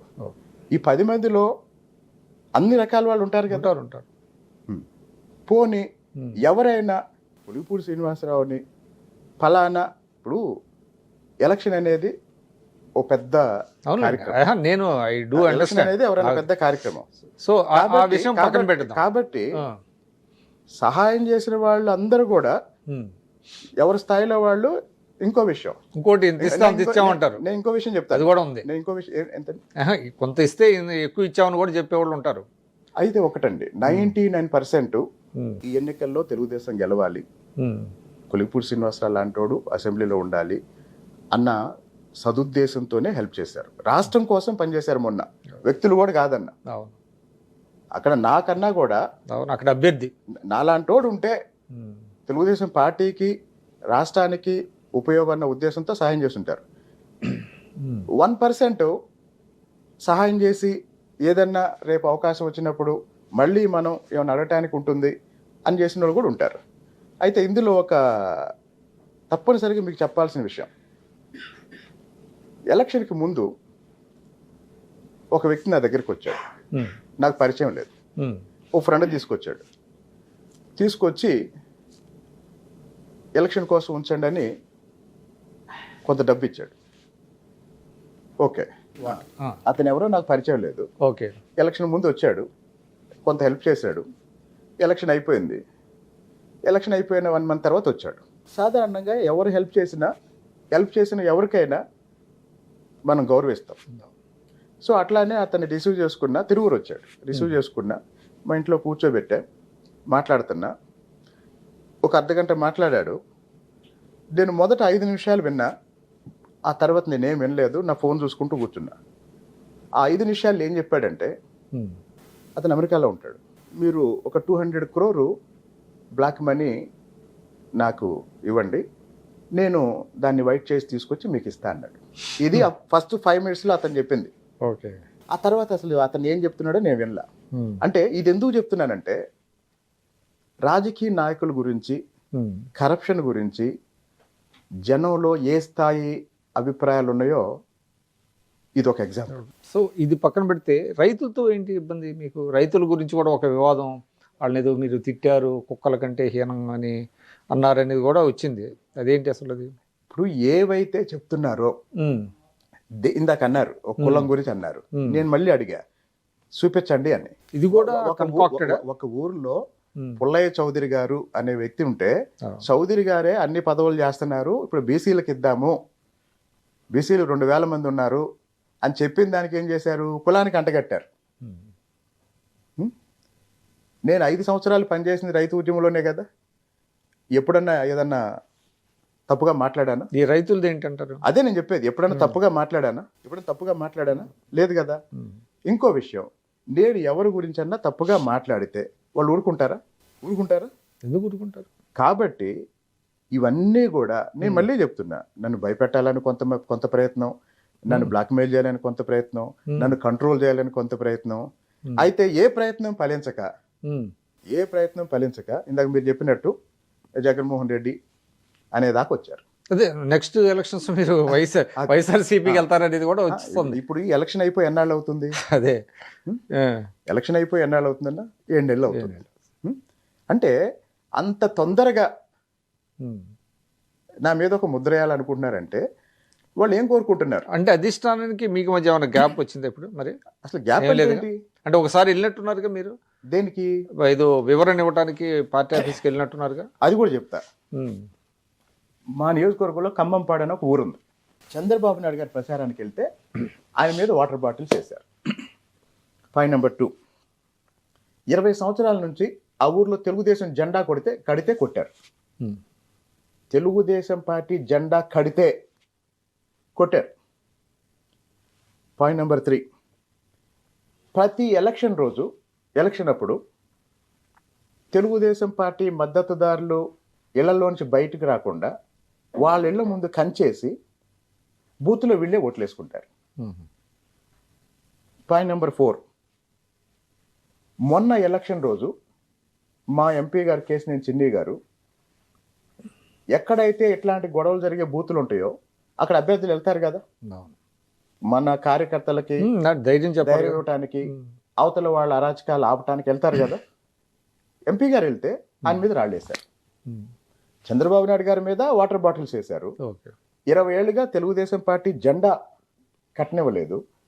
తెలుగుదేశం పార్టీ అంటే కొట్టారు. ఎంపీ గారి మీద రాళ్ళేశారు. ఇవన్నీ చేసిన వ్యక్తి వైసీపీ ఎంపీపీ.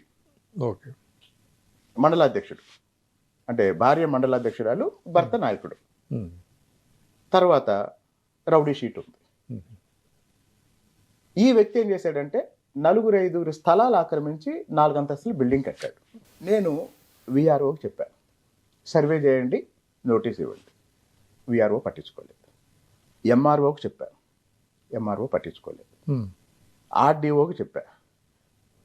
ఆర్డీఓ ఏం చెప్పారంటే, సార్ రేపు ఉదయం 9 మేము అక్కడ నోటీస్ సర్వ్ చేస్తాము అని చెప్పారు. విఆర్ఓ ఎంఆర్ఓ అసలు ఆ సమస్యనే గుర్తించలేదు. ఆర్డీఓ కొంచెం హైలీ ఎడ్యుకేటెడ్, స్పందించారు. అంటే మీరు ఆ రోజు ఫస్ట్ ఇన్సిడెంట్ అనుకుంటా, ఫస్ట్ మీరు వివాదంలో ఉన్నది ఏంటంటే, ఒక బిల్డింగ్ కూర్చేయడానికి మీరు పెద్ద కుర్చీ వేసుకొని కూర్చొని జేసీబీని రప్పించడం, అదంతా పేపర్లో రావటం. అంటే మీరు ఇందాకన్నారు, అంటే లాని మీ చేతుల్లో తీసుకోవటం అనేటువంటిది అక్కడ ఫస్ట్ టైము, అంటే కన్సర్న్డ్ అథారిటీస్కి చెప్పకుండా ఇది ఎట్టి పరిస్థితుల్లో దాన్ని డెమాలిష్ చేయాల్సిందనేది హుకుం జారీ చేశారు అనే దాని మీదనే మిమ్మల్ని పార్టీ ఆఫీస్కి రమ్మని ఏదో కబుర్ చేశారనే వార్తలు వచ్చినాయి. అది ఇప్పుడు నేను విఆర్ఓకి చెప్పాను, సర్వే చేయండి, అతను 4 స్థలాలు ఆక్రమించి బిల్డింగ్ కట్టాడని. విఆర్ఓ అతని కంట్రోల్లో ఉన్నాడు.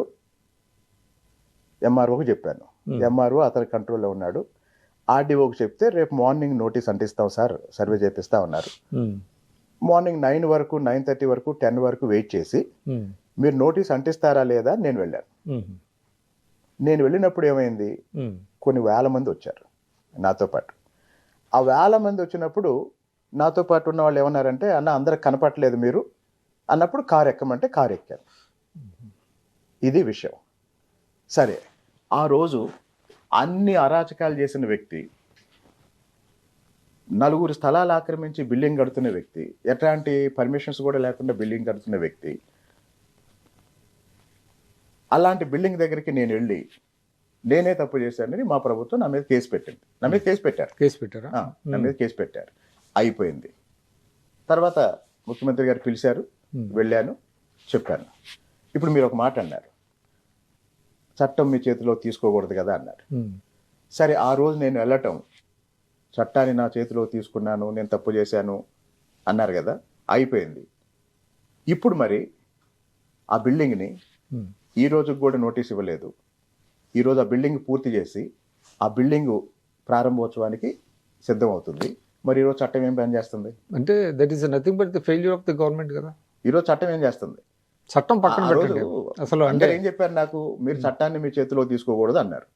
సరే, నేను ఇప్పుడు పట్టించుకోవట్లేదు. అతను బిల్డింగ్ పూర్తి చేసుకున్నాడు, బిల్డింగ్ ప్రారంభోత్సవానికి రెడీ అవుతున్నాడు. ఆ బిల్డింగ్ కట్టింది ఎవరెవరైతే బాధితులు ఉన్నారో వాళ్ళంతా ఇప్పుడు కూడా మిమ్మల్ని నా చుట్టూ తిరుగుతున్నారు. మరి కలెక్టర్ గారికి చెప్పలేదు మీరు? ఇక్కడ ఎవ్వరు పనిచేయరండి, ఇక్కడ ఎవ్వరూ పనిచేయరు. నేను మళ్ళీ చెప్తున్నా, ఈ మధ్య చాలా డిబేట్ ఏం జరుగుతుంది, అధికారులు మాట వినట్లేదంట కదా. క్షేత్రస్థాయిలో ఉన్న పరిస్థితులు వేరన్నా, కింది స్థాయిలో ఉద్యోగస్తులు ఎవ్వరు కూడా ప్రభుత్వం మారిందని అనుకోవటం లేదు. అంటే పై స్థాయిలో మార్పు వచ్చింది కానీ కింద స్థాయిలో లేదంటారు. పై స్థాయిలో కూడా రావాల్సినంత మార్పు రాలేదు. కారణం ఏంటంటారు? భయం లేకపోవటం. మనం పని చేయకపోతే మన మీద చర్యలు ఉంటాయనే భయం లేక. ఇంకొకటి,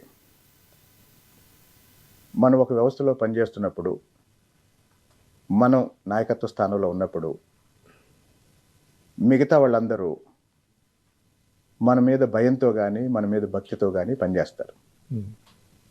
రూల్స్ రెగ్యులేషన్స్ చెప్పుకోవటానికి పనికొస్తే తప్ప, ఇప్పుడు మీ ఆఫీసులో పనిచేసే వాళ్ళకి మీరంటే విపరీతమైన గౌరవమైనా ఉండాలి, భయం, మీరంటే పని చేయకపోతే పనిష్మెంట్ ఉంటుందన్న భయమైనా ఉండాలి.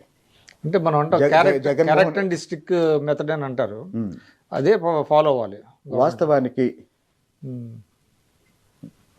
పబ్లిక్ సెక్టార్లో కూడా వర్క్ కల్చర్కి సంబంధించినంత వరకు కార్పొరేట్ ఎథిక్స్ అన్నిటినీ పాటించాలండి. చంద్రబాబు నాయుడు గారు CEO అంటారే, అది 100% కరెక్ట్ అండి. దాన్ని చాలా మంది విమర్శిస్తారు కానీ అది 100% కరెక్ట్.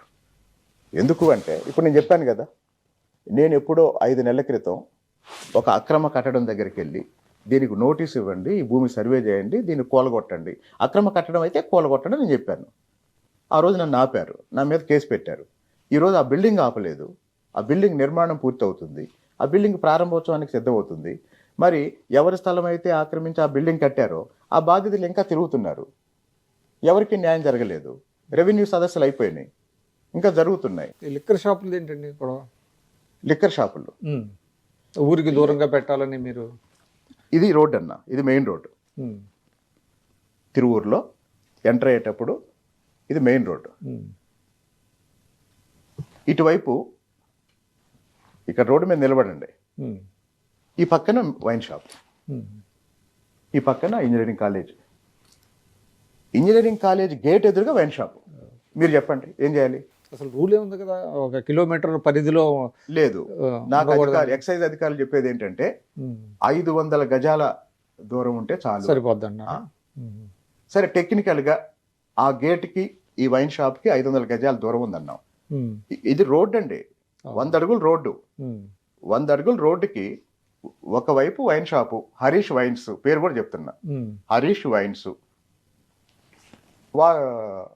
వాహిని ఇంజనీరింగ్ కాలేజ్. ఇప్పుడు చెప్పండి, ఇంజనీరింగ్ కాలేజ్ గేట్ ఎదురుగా వైన్ షాపు. రెండోది రైట్ ఇన్ ఫ్రంట్ ఆఫ్. రెండోది బస్ స్టాండ్లో గేట్ ఎదురుగా వైన్ షాపు. అర్ధరాత్రి వరకు మహిళలు తిరుగుతూ ఉంటారు. తర్వాత ఇంకొక చోట రెసిడెన్షియల్ ఏరియాలో వైన్ షాప్. మీరు గ్రామాల్లో చూడండి, వైన్ షాపులు ఊరు బయట ఉంటున్నాయి. అర్బన్ ఏరియాకి వచ్చేసరికి ఎక్కడ పడితే అక్కడ పెడుతున్నారు. తర్వాత గత ప్రభుత్వాలు ఎక్కడ ఉన్నాయని నేను తెలుసుకున్నా. గత ప్రభుత్వంలో ఊరు బయట హైవే మీద ఉన్నాయని చెప్పారు. ఇప్పుడు కూడా నేను చెప్పేది ఏంటంటే, ఈ నివాస కాలేజీ ముందు తీసేయండి. నెంబర్ 1, కాలేజీ ముందు తీసేయండి. బస్ స్టాండ్ గేట్ ఎదురుగా తీసేయండి. అలాగనే నివాస ప్రాంతంలో ఉన్న 3వ తీసి 16 షాపులు, ఇందులో 3 ఈ సమస్య ఉన్నాయి, తీసేయాలని చెప్పాను. 1 నెల రోజులు టైం ఇవ్వండి, తీసేస్తామని రాసిచ్చారు నాకు. ఇంకా 3 రోజుల్లో 1 నెల రోజులు పూర్తి అవుతుంది. సో పొద్దున్న వాళ్ళకి మళ్ళీ రిమైండర్ పంపించాను, ఇంకా 3 రోజులు టైం ఉంది, అక్కడి నుంచి షిఫ్ట్ చేయండి అని. షిఫ్ట్ చేయాల్సిందే, ఎట్టి పరిస్థితుల్లోనూ షిఫ్ట్ చేయాల్సిందే. మీరు చెప్పండి, ఇంజనీరింగ్ కాలేజ్ గేట్ ఎదురుగా వైన్ షాప్ని ఎవరన్నా సమర్థించగలరా? ఇవన్నీ ఏంటంటే బయట వాళ్ళకి తెలియక అక్కడ కూడా ఏమంటారు, మీరు వెళ్తే ఏంటంటారు. మరి నేను వెళ్ళే ముందు ఎవరైనా వెళ్ళొచ్చు కదా. నేను వెళ్ళే ముందు మరి ఎవరైనా వెళ్ళొచ్చు కదా, వెళ్ళి ఆ సమస్యను పరిష్కరించవచ్చు కదా. దీనికి మళ్ళీ అందరు చెప్పేది ఏంటి, దానికి అధికారులు ఉన్నారు కదా, అధికారులు పనిచేస్తే సమస్య ఎందుకు ఎలా ఎందుకు ఉంటుంది? మరి ఈ సమస్యలు మీరు ఎలాగ ఓవర్కమ్ అవుతారు? ఒక్కటే పని క్షేత్రస్థాయిలో నిలబడి చేపిస్తేనే పరిష్కారం అవుతాయి. ఇప్పుడు నేను వెళ్ళి అక్కడ నిలబడి ఇది వైన్ షాపు, ఇది ఇంజనీరింగ్ కాలేజ్ అని వీడియోలో చూపించాను కాబట్టి, బెల్ట్ షాపులు, ఈ బెల్ట్ షాపు ఇదిగో మందు అని వీడియో చూపించాను కాబట్టి ఇప్పుడు చర్య తీసుకున్నారు. నేను బెల్ట్ షాపులు ఇప్పుడు మీరు అంటున్నారు, వాళ్ళు ఎవరన్నా వచ్చి మీతో కొంచెం సర్దుబాటు చేసుకోవడానికి ఏమైనా ప్రయత్నాలు చేస్తున్నారా? ఇప్పుడు సర్దుబాటు అంటే ఏంటి? అదే సర్దుబాటు అంటే చూసి చూడకుండా పోండి, చూసి చూడనట్టు ఏంటి నేను చెప్పేది. ఇప్పుడు ఇదే మళ్ళీ నేను మాట్లాడేది. ఇప్పుడు మనం రాజకీయ ప్రత్యర్థిని ఏ విషయాల్లోనైతే విమర్శిస్తామో ఆ పనులు మనం చేయకూడదు కదా. సర్దుబాటు అంటే ఏంటి? మీరు మామూలు చాలా మర్యాదమైన పదం వాడారు. అదేగా ఎక్కువ జరిగేది రాజకీయాల్లో. అంటే చాలా నియోజకవర్గాల్లో మనం స్పెసిఫిక్గా చెప్పబోయినా జరిగేది అదే కదా. దాన్ని మారుద్దాం. ఇప్పుడు దాన్ని మార్చినప్పుడు అది మార్చాలంటే మీకు మీ హైరార్కీలో మీకు సపోర్ట్ రావాలి కదా. కానీ మిమ్మల్ని పదే పదే పిలిచి సంజాయిషీలు అడుగుతున్నారని వార్తలు వస్తున్నాయి కదా. ఇప్పుడు నేను తప్పు చేయలేదు. ఇందాక మీరు అడిగారు విష్ణువర్ధన్ రెడ్డిని కొట్టినందుకు మీరేమన్నా తప్పుగా ఫీల్ అవుతున్నారని. ఇప్పుడు నేనేం చెప్పాను, ఆ రోజు కొట్టకపోవడం తప్పు. ఇంకో విషయం, నేను ఇంకొక ఊరు చెప్పాను, 20 సంవత్సరాలుగా తెలుగుదేశం పార్టీ జెండా కడితే కొట్టారని. ఆ ఊర్లో ఇంటింటికి తిరిగి ప్రచారం చేశాను నేను. 20 సంవత్సరాల తర్వాత ఆ ఊర్లో ఈరోజు తెలుగుదేశం పార్టీ జెండా ఎగురుతుందంటే నేను కారణం. చాలామంది అనుకుంటారు, ఇప్పుడు మొన్న గాలిలో ఎవరిని పెట్టినా గెలిచేవాళ్ళు అని చాలామంది అంటారు. ఇప్పుడు కొన్ని చోట్ల అది నిజం కావచ్చు, కానీ కొన్ని చోట్ల అది సాధ్యం కాదు. అంటే మీరు ఇందాక ఒక మాట అన్నారండి, అంటే మీరు ఇంతకుముందు ఇండివిజువల్గా ఉన్నారు, మీ భావాలను స్వేచ్ఛగా వ్యక్తీకరించేవాళ్ళు, మీకు అంటే సమాజం పట్ల ఒక దృక్పథం ఉంది, దాన్ని ఏ విధంగా మార్పు చేయాలనే దాని మీద కూడా మీకు కొన్ని ఐడియాస్ ఉన్నాయి. నేను ఎవరైనా రెస్పెక్ట్ చేస్తారు. కానీ ఇందాకే అన్నారు, అంటే మీరు ఒక పార్టీ లైను పార్టీలో ఉన్నప్పుడు ఆ పార్టీ లైను దాటకూడదు అని with in the framework of the party కదా చేయాలి. అది ఇప్పుడు మీరు ఎక్సీడ్ అవుతున్నట్టుగా కనపడతలేదా? ఎక్కడ ఇప్పుడు చంద్రబాబు గారు గారు చెప్పింది, ముఖ్యమంత్రి గారు 100 సార్లు చెప్పారు, బెల్ట్ షాపులు ఉండకూడదు, బెల్ట్ షాపులు ఉంటే బెల్ట్ తీస్తానని. నేను వెళ్ళి బెల్ట్ షాపులు పట్టుకున్నా, తప్పెలా అవుతుంది? చంద్రబాబు నాయుడు గారి మీద వాటర్ బాటిల్స్ నూసిన మీద 20 సంవత్సరాల నుంచి తెలుగుదేశం పార్టీ అంటే జెండా కూడా మీరు కట్టుకోవడం మీద నియోజకవర్గంలో ఈ సమస్యల్ని పార్టీ వేదిక మీద రైజ్ చేసి వాళ్ళ దృష్టికి తీసుకెళ్ళి ఆ మంత్రి గారును లేకపోతే కన్సర్న్డ్ మినిస్టర్ కావచ్చు, సీఎం గారిని కావచ్చు, అట్లాగా చేసేటువంటి ఒక విధానం ఉంది కదా ఒకటి. కాదన్న, ఇప్పుడు మా ఊర్లో ఒక సమస్య ఉంది, తిరువూరులో ఒక సమస్య ఉంది, దాన్ని తిరువూరులోనే పరిష్కరిస్తాం కదా, దానికోసం మళ్ళీ ముఖ్యమంత్రి గారి దాకెందుకు? కానీ మీరు దీనివల్ల చాలా కొంత మీ మీద లేనిపోని, ఇందాకే అన్నారు కదా, అపోహలు వస్తున్నాయి, ఒత్తిళ్ళు వస్తున్నాయి మీ మీద. ఇంత దీంట్లో మీరు పనిచేయటం అనేది ఎలా సాధ్యం అవుద్ది? ఇంకా 4.5 సంవత్సరాలు దాదాపుగా చేయాలి ఇప్పుడు మీరు. నేను తిరువూరు నియోజకవర్గంలో ఏ పని చేసినా అదంతా ప్రజలు గమనిస్తున్నారు కదా, ప్రజలు ఏమనుకుంటున్నారో నేను తెలుసుకుంటా ఉంటా కదా. తిరువూరు నియోజకవర్గం ప్రజలు ఒక మంచి ఎమ్మెల్యే వచ్చాడు ఫుల్ సంతోషం మీకు ఉంది అని సంతోషంగా ఉన్నారు, పనిచేసే ఎమ్మెల్యే వచ్చాడు అని సంతోషంగా ఉన్నారు. సో అఫీషియల్స్ మీద కూడా కొంత ప్రెషర్ ఉంటుంది కదా ఇప్పుడు, కొంత మీ లైన్లోకి వస్తున్నారా? అఫీషియల్స్ 2 రకాలండి. గతంలో రాజకీయ ఒత్తిళ్ళకి లోబడి అప్పటి ఉన్న ప్రభుత్వం ఆదేశాల ప్రకారం పనిచేసిన వాళ్ళు ఇప్పుడు కూడా అలానే ఉన్నారు. ఇప్పుడు కూడా అలానే ఉన్నారు. అప్పుడు గారి ప్రభుత్వం చేయమన్న అడ్డమైన పనులు చేయకుండా ఇబ్బంది పడ్డవాళ్ళు ఇప్పుడు ఫ్రీగా పనిచేయాలని కోరుకుంటున్నారు. కానీ వాళ్ళల్లో కూడా ఒక భయం ఏంటంటే, మనం పనిచేస్తాం, మనల్ని కాపాడేది ఎవడు, అది మనకెవరు భరోసా ఇస్తారు? సో ఫైనల్గా చెప్పండి శ్రీనివాస్ గారు, అంటే ఇప్పుడు మీరు చెప్పిన మీ దృక్కోణం నుంచి మీరు చెప్తున్నారు, నాకు ఇంటర్వ్యూ ఇచ్చారు కాబట్టి, కానీ మీరు మీడియాను కలవపోవటం అనేది కొంచెం నన్ను అడిగితే మీడియాను కలవాలి కదా, లోకల్గా కూడా మీరు మీడియాతో మింగిల్ అవ్వాలి, ఎప్పటికప్పుడు జరుగుతున్నటువంటి అభివృద్ధి కార్యక్రమాలు కానీ, మీకు ఎదురవుతున్నటువంటి ఇబ్బందులు కానీ వాళ్ళ ద్వారా ప్రజలకు చెప్పగలగాలి కదా. లేకపోతే మీ మీద ఒక రకమైనటువంటి ఇది వస్తున్నాయి కదా, అపోహలు ఏర్పడుతున్నాయి కదా. నేను మీకు ఒక విచిత్రమైన విషయం చెప్తానండి, విచిత్రమైన విషయం చెప్తా. దాదాపు ఒక 5 సంవత్సరాలుగా జగన్మోహన్ రెడ్డి గారి ప్రభుత్వ విధానాల మీద చాలా గట్టిగా మాట్లాడా. ఎన్నికలకు 4 నెలల ముందు నేను అభ్యర్థిగా తిరువూరు వెళ్ళా. 4 నెలల ముందండి వెళ్ళాను. వెళ్ళిన 15-20 రోజుల తర్వాత నాకు ఒక డౌట్ వచ్చింది. చెక్ చేసుకున్నా, నా డౌటు కరెక్టే. అదేంటంటే, తిరువూరులో ప్రతినిధులు నాకు వ్యతిరేకంగా వైసీపీ అభ్యర్థికి అనుకూలంగా పనిచేస్తున్నారు. నేనేం చేశానంటే, ఫేస్బుక్లో ఒక పోస్ట్ పెట్టా. ఎన్నికలకి 2 నెలల ముందు ఫేస్బుక్లో ఒక పోస్ట్ పెట్టా. జగన్మోహన్ రెడ్డి ఎక్కడికి వెళ్ళినా రాధాకృష్ణ గారిని తిడతారు, రామోజీరావు గారిని తిడతారు, కానీ తిరువూరులో మాత్రం ప్రతినిధులు వైసీపీకి జగన్ గెలుపు కోసం పనిచేస్తారు అని ఫేస్బుక్లో పెట్టా. ఎలక్షన్కి 2 నెలల ముందు పెట్టిన 1-2 గంటల్లో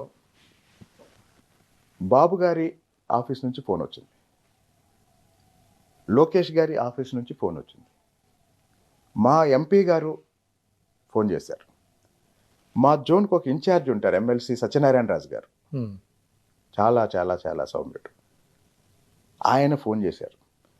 అంటే పార్టీలో ప్రధానమైన వ్యక్తులందరూ నాకు ఫోన్ చేశారు. ఎందుకు ఇలా పెట్టావని, వాళ్ళు నాకు వ్యతిరేకంగా పనిచేస్తున్నారు కాబట్టి నేను ఎప్పుడు పెడతానండి? నాకు వ్యతిరేకంగా పెడితేనే కదా, పనిచేస్తే కదా పెట్టేది. పెట్టాను. సరే, వాళ్ళు తీసేయమన్నారు, తీసేశాను. నేను మళ్ళీ చెప్తున్నా, ఎన్నికలకి 4 నెలల ముందు 4 నెలలు నేను ప్రచారం చేశా. వీళ్ళు ఎవరైనా నన్ను చూపించారా, నా గురించి రాశారా?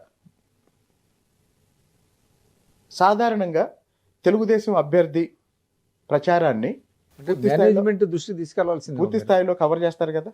మీరు మేనేజ్మెంట్ దృష్టికి తీసుకెళ్ళి ఉండాల్సింది. అసలు ఎవరికి చెప్పాల్సిన అవసరం ఏంటన్నా? అక్కడ ఇంకోటి, నేను ఏ రోజు ఏ మీడియా ప్రతినిధిని నా గురించి అనుకూలంగా రాయమని నేను ఎప్పుడు అడగలేదు. నాకు వ్యతిరేకంగా రాసిన వాళ్ళని ఎందుకు రాశారని కూడా నేను అడగలేదు. ఓకే.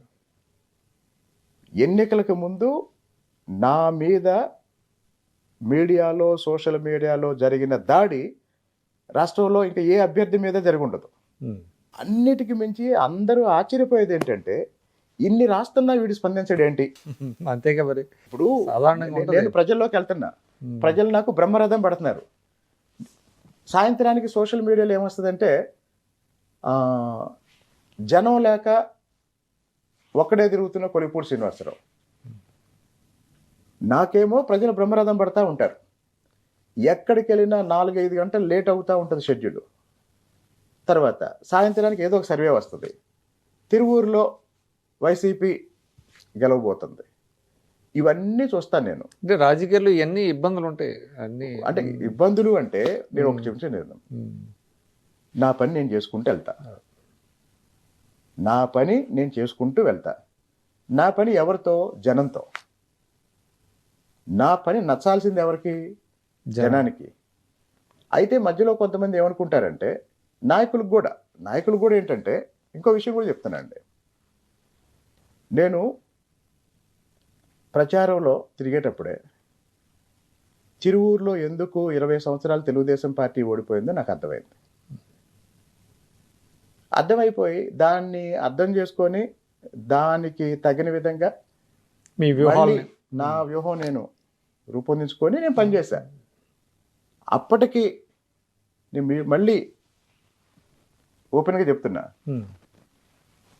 తిరువూరు నియోజకవర్గంలో మొన్న వైసీపీ అభ్యర్థిగా పోటీ చేసిన వ్యక్తి స్వామిదాస్ గారు.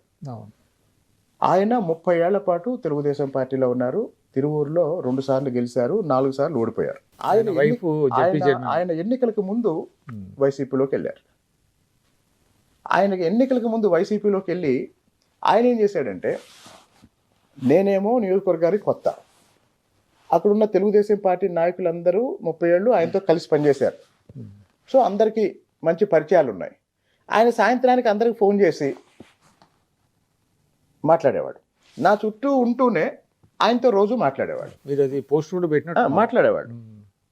మాట్లాడి ఏం చెప్పేవాళ్ళు, స్వామిదాస్ గెలుస్తాడు, గెలిచిన తర్వాత ఒకవేళ వైసీపీ ప్రభుత్వం వస్తే మన పనులు చేస్తాడు, ఒకవేళ తెలుగుదేశం ప్రభుత్వం వస్తే వైసీపీ తరపున గెలిచి మన పార్టీలోకి వస్తాడు అని చెప్పేవాడు.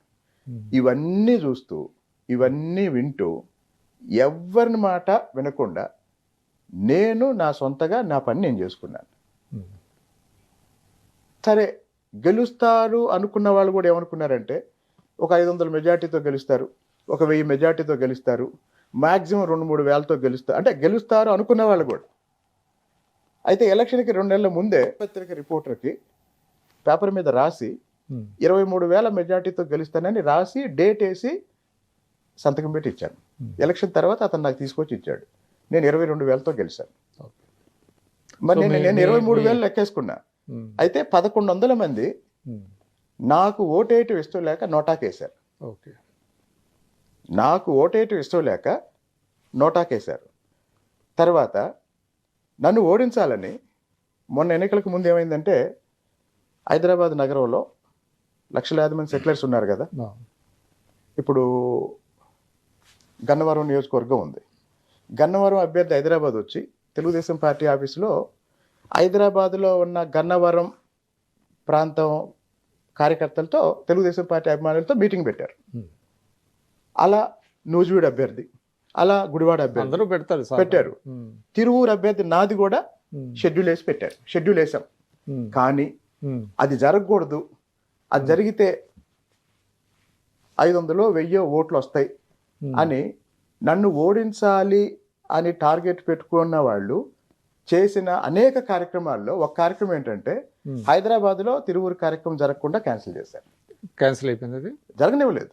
సో మీ పార్టీ వాళ్ళే. కాబట్టి సో అంటే ఈ మొత్తం చూస్తే ఇంకోటి చెప్తున్నా నేను, వైసీపీ రాజకీయ ప్రత్యర్థి అయితే అక్కడ ఉన్న రాజకీయ వాతావరణంలో నా పక్కనుంటూ నా ఓటమికి పనిచేసిన వాళ్ళని కూడా గుర్తించి, ఇందాక ఒక చౌదరి గారి గురించి చెప్పాను, పుల్లయ్య చౌదరి గారు,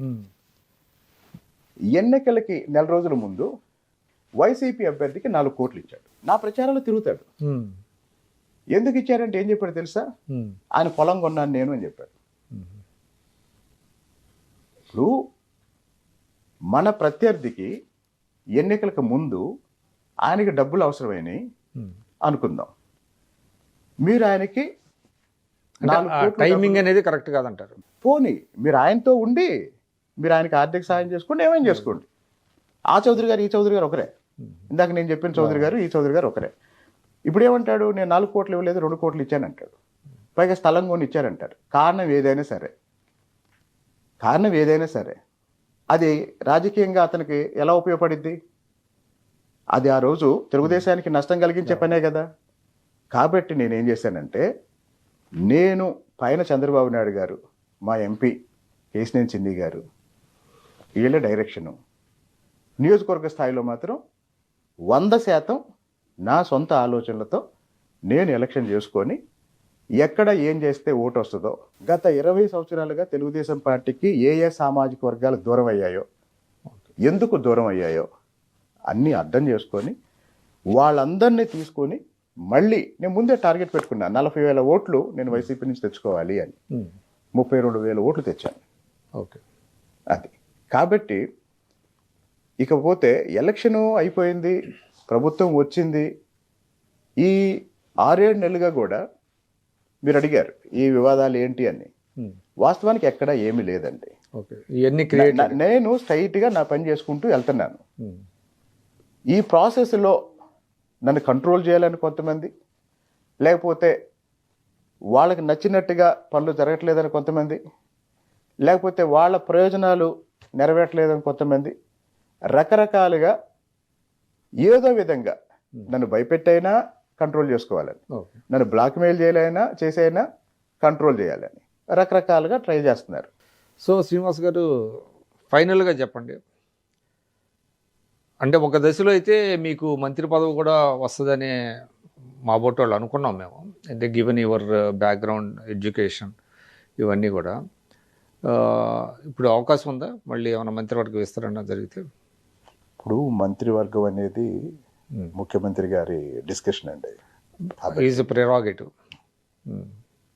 సో దాని గురించి ఆలోచించట్లా ప్రస్తుతానికి. ఏంటంటే యు ఆర్ అన్పెట్రబ్డ్ అబౌట్ ది, అంటే మీ మీద వచ్చేటువంటి నెగిటివ్ న్యూస్ కానివ్వండి, లేకపోతే విమర్శలు కానివ్వండి, లేకపోతే సోషల్ మీడియాలో వచ్చేవి కానివ్వండి, అవి ఏమీ మిమ్మల్ని అయితే టచ్ చేయట్లా.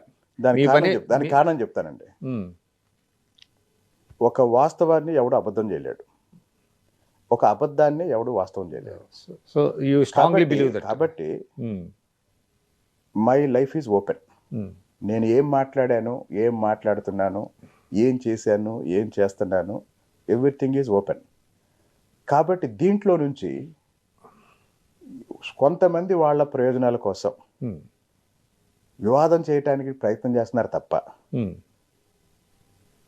నేను తిరువూరు నియోజకవర్గంలో మెజారిటీ ప్రజలు సమస్యల పట్ల స్పందించే ఒక ఎమ్మెల్యే ఈరోజు మాకున్నాడు అనుకున్న విధంగా అనే ఫీల్ అవుతున్నారు. థ్యాంక్ యూ శ్రీనివాస్ గారు, all the best. Thank you అన్న. ఇది కొలికిపూడి శ్రీనివాస్ గారు చెప్తున్నారు. తన మీద ఎన్ని రకాలుగా నెగిటివ్ వార్తలు వచ్చినా తాను పట్టించుకోను, ప్రజలతో ఉంటాను, ప్రజల మనిషిగా, ప్రజల ఎమ్మెల్యేగా ఉంటాను, తిరువూరి నియోజకవర్గ ప్రజలకు ఇచ్చినటువంటి హామీలు నెరవేరుస్తానని చెప్తున్నారు. ఇది ఈరోజు ఇంటర్వ్యూ. నమస్కారం.